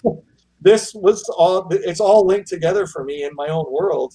I love the piano, great solo. And I like the line, catch that magic moment and do it right now. It's a pretty powerful song. And I got to say this, even in my own family, my cousin, she's about 3 years older than me. She goes, oh man, that Van Halen song right now, that's awesome. I like it when like someone who would never listen to Van Halen actually chimed in on, some that's my own cousin. That's what I'm getting at. Here's an epic song that everyone can relate to, and it sounds amazing. And it's my 10 on this record. That's where I sit with this one. Kurt, go ahead. Cool. Well, imagine a 14-year-old, clean-cut, white, middle-class American boy living in a suburban neighborhood, walking to middle school wearing a white Van Halen T-shirt with the Van Halen logo on the front, and the back says, "Right now, youth is king." I had that T-shirt, and I loved it, and I wore it all the time. So when I ordered the For Unlawful Carnal Knowledge, I also ordered the "Right Now, Youth is King," and like I was so proud of that shirt. Being 14 years old, I'm a little bit younger than some of you, Brad. I'm not sure how old you are, but like that was cool, and I thought it was like a time to make a stand as a kid. And when I was 14, everyone was into the beginning of grunge and maybe some other music. But when this song was on one of the halftime commercials during the Super Bowl, and I'm surprised Steve didn't bring this up, but they did the Crystal Clear Pepsi commercial. It was like my time to shine. It's like, oh, there's Van Halen, my band.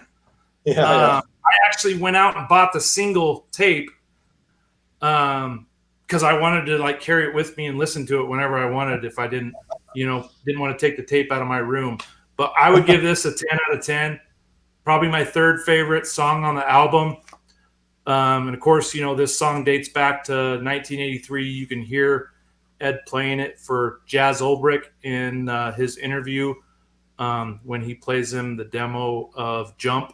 And this song's also, some of it's in the Wildlife soundtrack as well, right, Steve?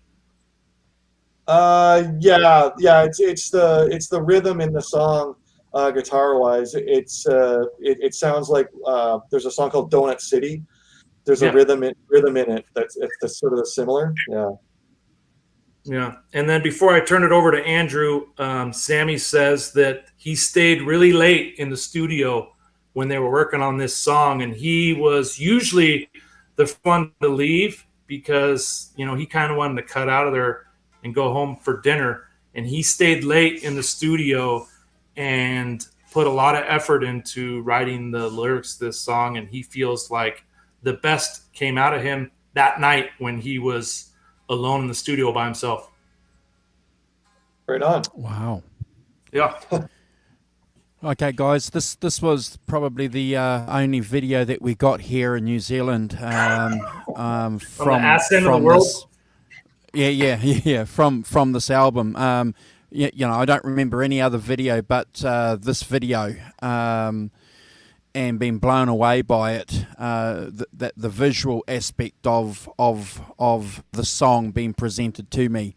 Look, I've got to agree with you guys. I skipped the song for a long time when I was in a party situation, because you're looking for the party song. So, it was a skip song for a long time. But I've been listening to this album for 20 years. And when I'm by myself, when I'm driving, when I'm on a road trip, I never skip the song. I love the song. It's one of their best songs. I agree with you, Steve. It's their Led Zeppelin moment. The lyrics are spot on, and that guitar solo. That guitar solo is I just wanted to mention, just... guys. Yeah, one thing I definitely wanted to mention was just how awesome Alex's drums sound when he comes in on this song. It's it's so the clarity and it's just huge. It's just huge. I just I love the song, guys. I don't know if it would be a song that I would play somebody that hadn't heard Van Halen, not because it's a bad song, but it's deep. It's a sophisticated, it's catching Van Halen that probably Yeah, look, I don't know if I would play that to someone that hadn't heard Van Halen straight away. Yeah, no, I think I'd have to listen to Beautiful Girls a few times and Jump a few times, you know, and Panama, and then hook them onto this. Yeah, it has that sophistication category, definitely. Yeah. Next song, Brad, is is it a song? Yeah, it's instrumental. Instrumental dates back to '86, like I think I mentioned in the header. Live Without a Net, you can hear him playing the part. So look at that. Sorry, Brad. Sorry, I have to look at the doggy. What's his name? Hello, Jax. Eric. Jax. Awesome. Nice. Okay, sorry. Back to business. Sorry, Brad. No, you're right. I'm sidetracked now. Again, it's just an instrumental. Dates back to Live Without a Net. I think you can hear Ed starting his solo in Live Without a Net with this song. I won't go over the points I mentioned in the header again. Just a beautiful piece. I love the outro, the tapping harmonics. I mean, Ed was always, you know, in my opinion, always pushing himself. And on this one, I think he just thought, I'm just going to put together a beautiful little piece and dedicate it to his son Wolfgang. I gave it 9 out of 10. I love this track. So, yeah, 9 out of 10 for me is not a skip. Yeah. So I echo. Actually, Brad, we've had a couple times with ranking the songs, and here again, like I play this song like every time I pick up a guitar, basically tuning wise. I've said that about like every album. There's some little guitar piece that I always play.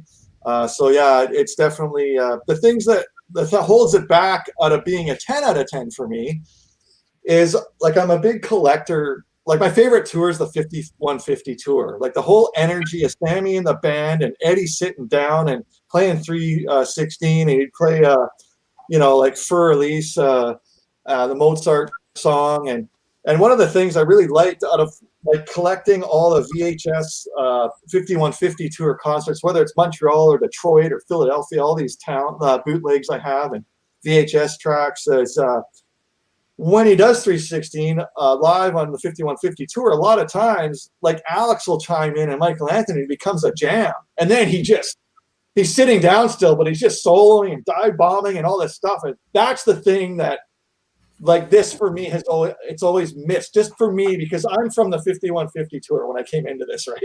So that's what I want to hear. I want like an 8-minute or 10-minute jam on this. Because it's short. I don't even know if it reaches 2 minutes or not, but I wish it was longer. I wish it went into a full jam. I mean, that's where it would be the goosebump factor, and it'd be a 10. So I echo Brad. It's a 9. It's a play. I play the thing all the time, so it has to be an A.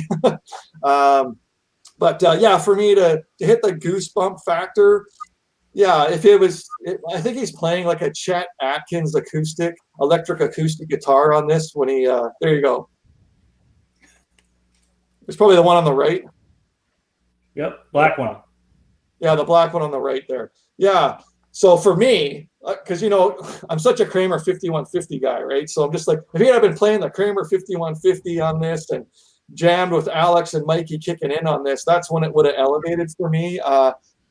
It's just the timing of when I come into the Van Halen story. It's the 5150 tour. So when I hear this, it's kind of a letdown. It's cool. I'm glad it's there. No problem. It's an A. It's a 9. But for me, oh my God, I wish, they got all that stuff with Pleasure Dome and the jamming. I'm like, oh my God, why didn't they do that on 316? So that's always been in my head, and it still is 29 years later. Yeah. Anyway, it's a play. I'll give it 9 out of 10. And Kurt, go ahead. So, whoops, there we go. Live Without a Net. Like when I heard this song, I'm like, Live Without the solo, the Eruption solo. I was so excited, but then it was 2 minutes long. But I actually have Steve written down here, goosebump moment. This was a good moment for me.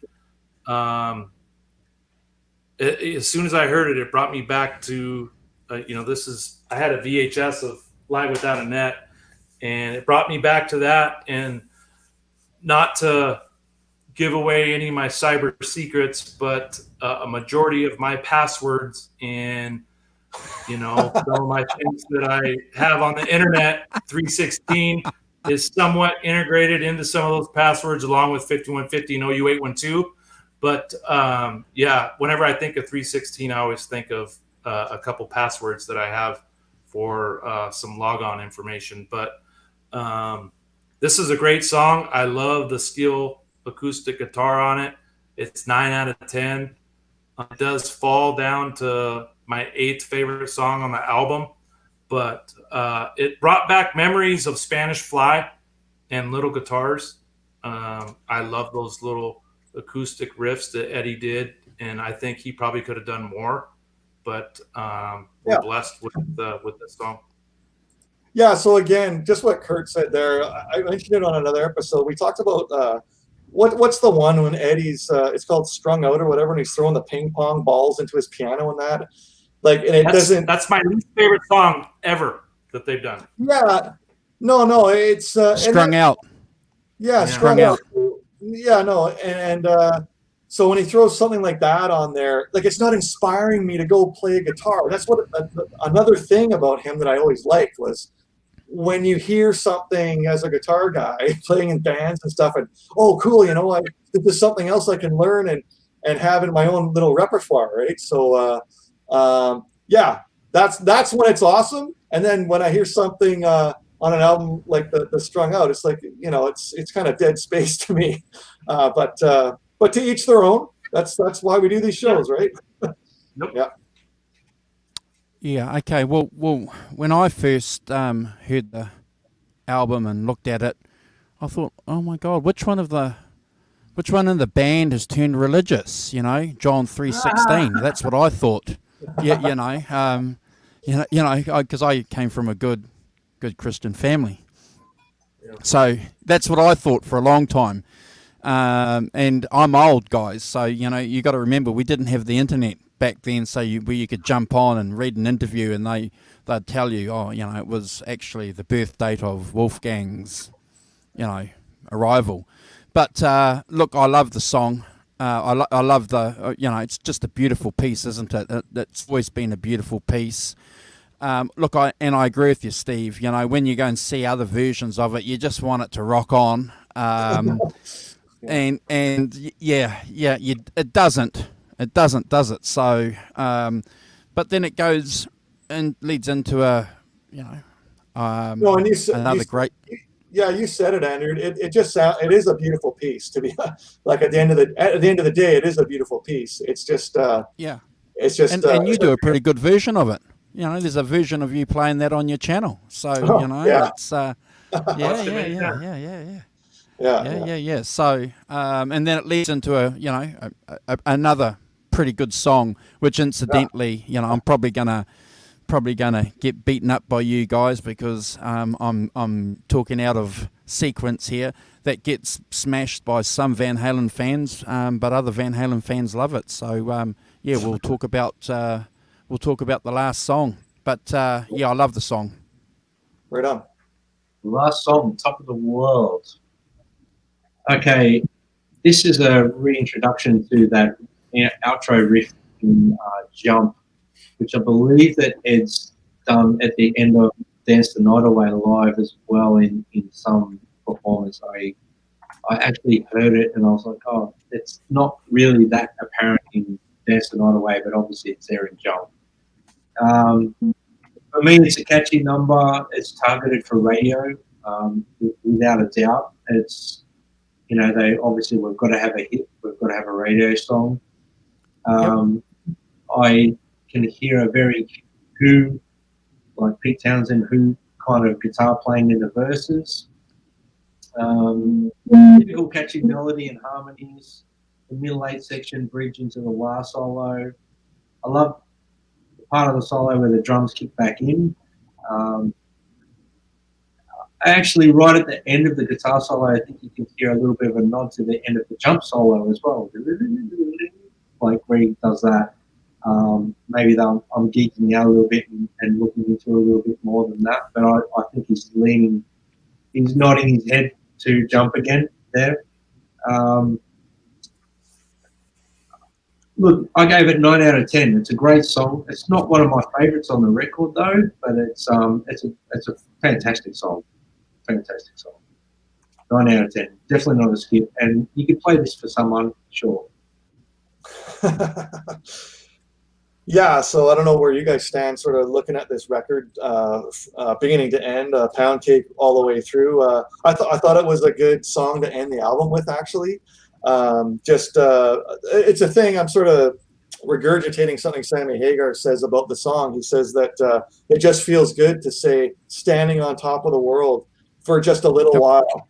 And it's kind of an interesting message, whether it's right now or the dream is over, and he's kind of putting a positive spin on what's going on in the world at the time.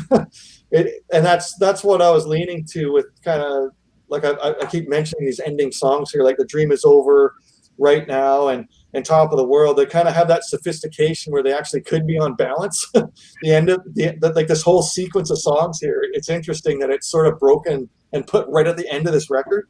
I think it's really inspiring, the lyrics.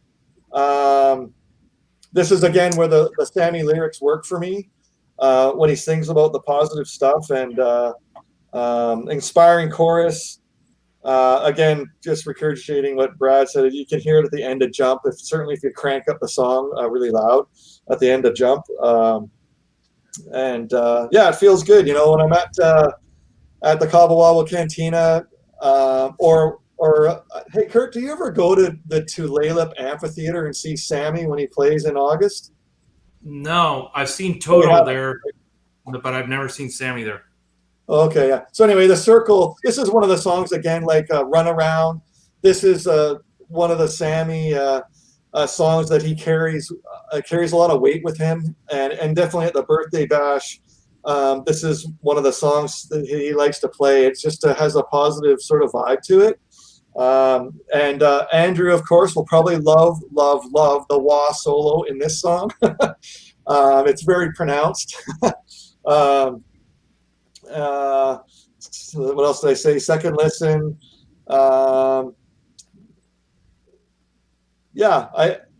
Nothing I don't really like about it. And I understand what Brad's sort of side of this, like the other end of the album, it's kind of the heavier stuff like Pound Cake and Judgment Day. It's sort of, this is in a different vein. It's sort of more like sort of radio friendly. And I guess, there's like a Cream song called Standing on Top of the World. So that's probably definitely influenced as far as the title of this goes. Definitely. And again, there's been a bunch of songs here in a row. I'm echoing Brad. Yeah, I give it 9 out of 10. I think it's an A. It's a good sing-along song. It's good for the radio. You could play it for anyone for sure. And good message. I like the songs that have that Sammy Hagar positive message in it, and they're, it's definitely on the 5150 album, and it's definitely here with these few songs at the end here for sure. Yeah, Kurt. All right. Well, I give it 8 out of 10. It's actually my 7th favorite song on the album. This is kind of a corporate rock song. Would you agree with me? Like radio friendly. You could use it on a commercial or use it.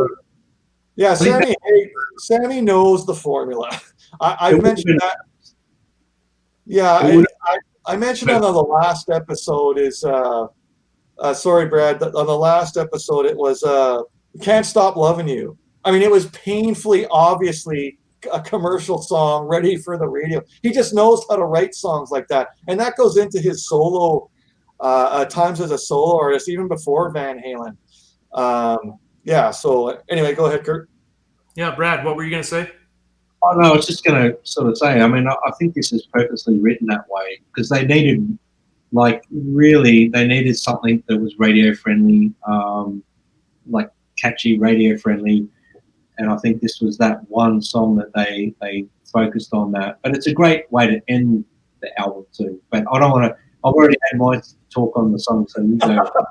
Yeah, it's almost like they anticipated grunge and they wanted to finish with a bang and leave a mark. You know, I think people call them that. You know, said they sold out when they sold right now to Crystal Pepsi for the Super Bowl.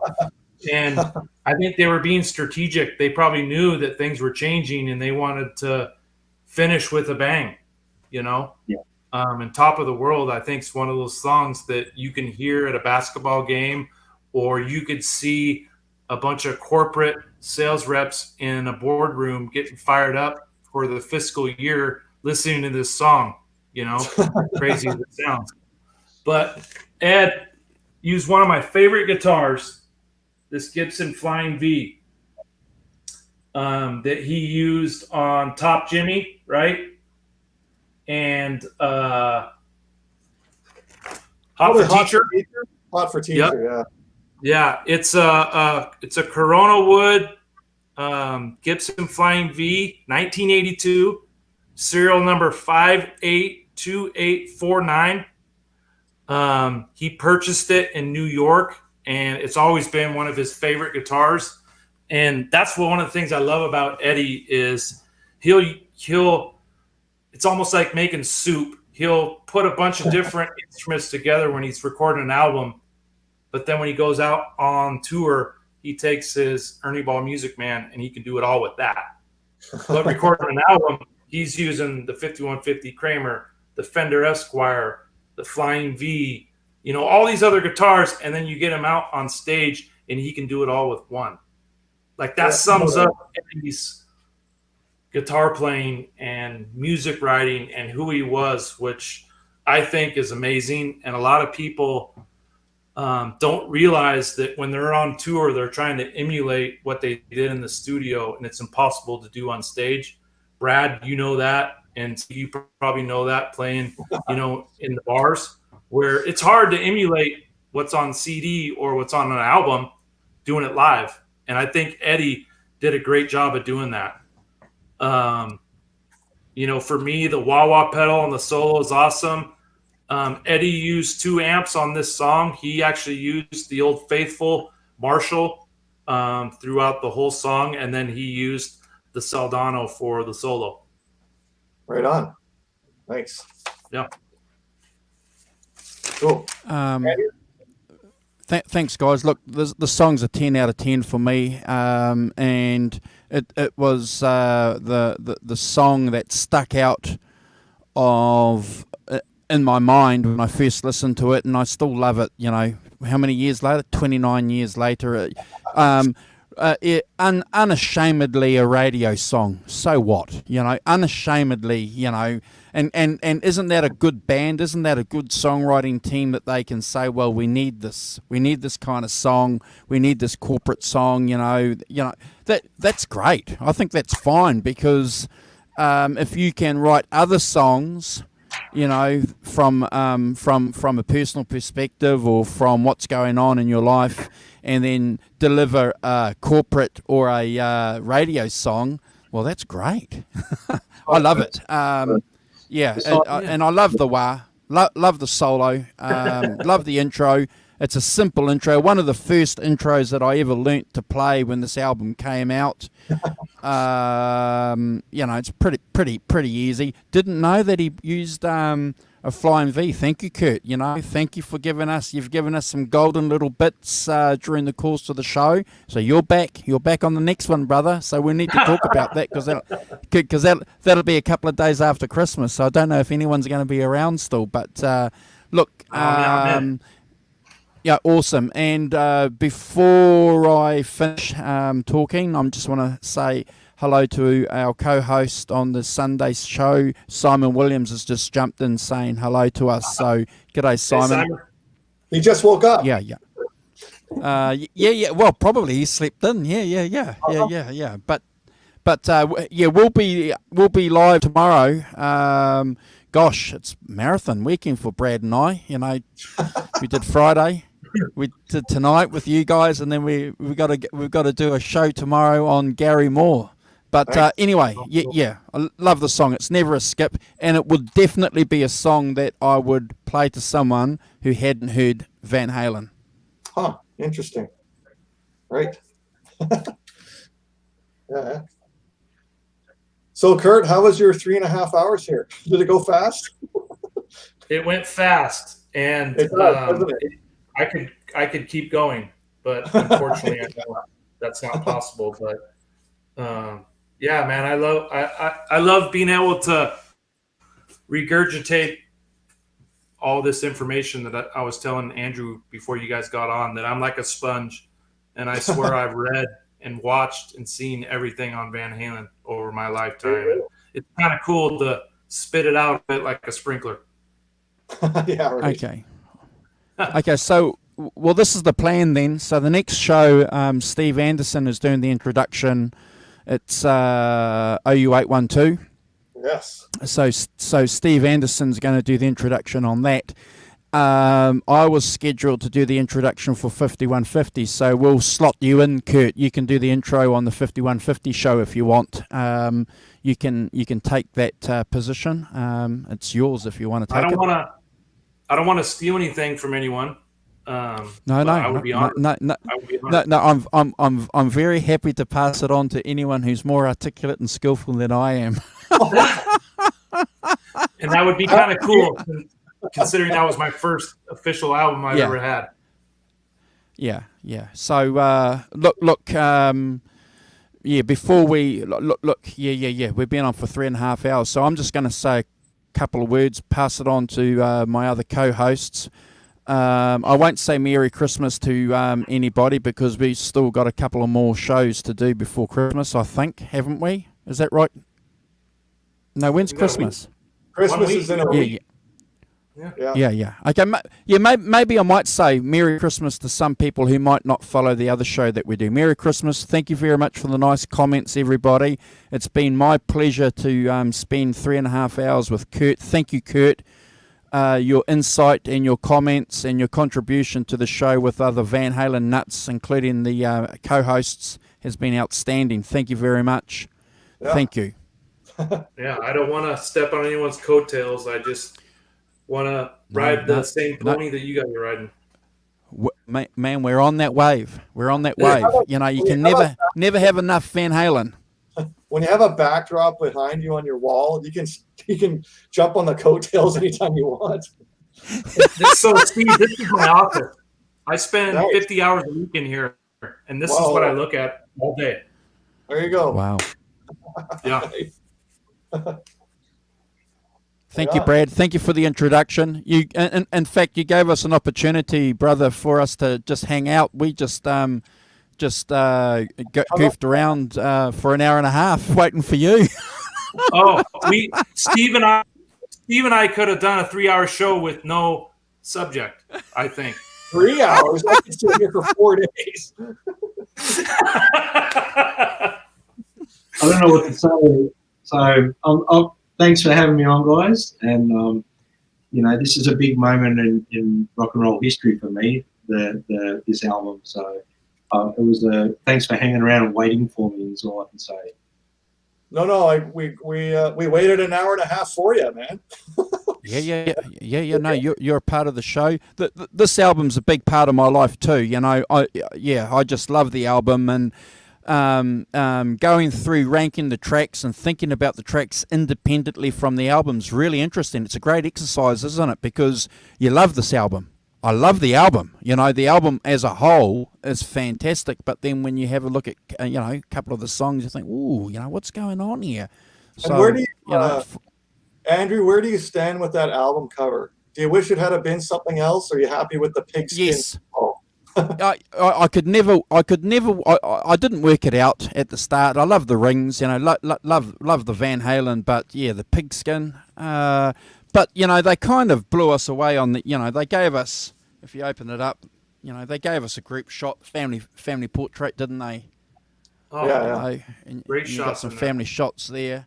You got Eddie having a ciggy there, and Yeah, because I remember when we did Balance, Brad had shown, I think, the inside of the CD. It had that Da Vinci sort of man that was standing there, and we kind of agreed maybe that should have been the cover of Balance. That should have been the cover. Yeah, I don't know if there was anything in the rest of the, the advertising in the album that could have been the photo. That's a great shot, though. The 4 guys screaming into a microphone. That could have been a cool. Yeah, I think Andrew's wearing that shirt. Aren't you wearing that shirt? No, I'm just wearing 5150. Okay. But Andrew, in your album, has it got the photo of the blackboard? Yeah, the phone numbers. The phone number? Yes, it does. Can you see the phone numbers on it or not? No. I think on this one I can. There you go. Yeah, Really? so a lot of those, people were phoning those phone numbers and trying to get a hold of them. Yeah. One of the phone numbers is Alex Van Halen's home phone number. Yeah. Yep. Oh, really? Yeah. There's a whole bunch of names and phone numbers on there, and people were getting phone calls. And like, hey, we gotta. So people have to change their phone numbers. Yeah. Cool stuff, guys. We won't rank the albums yet, because I suppose when we've gone through and done the series, then we might want to go through and rank the albums, the Van Halen albums. But we won't spoil that by asking where do you see or where do you picture this album in the. What I'm actually interested in, we've done a few albums now, is just like what have been everybody's favorite songs at every album we've looked at. You got your 6s and 7s and skips, and then you got these 10s all the time. Like, so obviously the favorite songs. So it's interesting to make a list of everybody's favorites that they've had on these records, right? Yeah, that'll be nice. But the positive thing that I want to say about this album and Balance, and the Sammy Hagar era albums, is just the tone. So just that the engineers and the producers have just managed to capture that whole tone completely. Right through all the songs. This album is completely different, isn't it, in tone and texture from Balance, and it's great. It's a great. Yeah, I know Brad wasn't the biggest fan of the Balance production necessarily, or was that Van Halen 3? Van Halen 3. Balance is one of my favorite productions. Balance in this one. Yeah, Van Halen 3. But I meant Van Halen 3. You weren't happy about the mix of Alex's drums and just too in the mix. But and this album hasn't been remastered yet. So imagine when they remaster it. Like, I think that I can't wait. Amazing. Can't wait. Yeah, maybe even if they remaster it and throw a couple live songs on there from that tour that weren't on the Live Right Here Right Now, would be like they would sell millions of them. Oh, the other thing I want to ask you, Kurt, did you go to there was a makeup show on the For Unlawful Carnal Knowledge tour that I went to in the Tacoma Dome. It was a makeup show. You didn't go to that one? Yeah, that's when I first that's when I first saw his it's called the Yin Yang guitar. It's like an Ernie ball that has sort of black and white. Black and white, the circular thing. Yeah, he played that like in Ain't Talking About Love during the encore. That's the first I got to see. I saw that live. Yeah.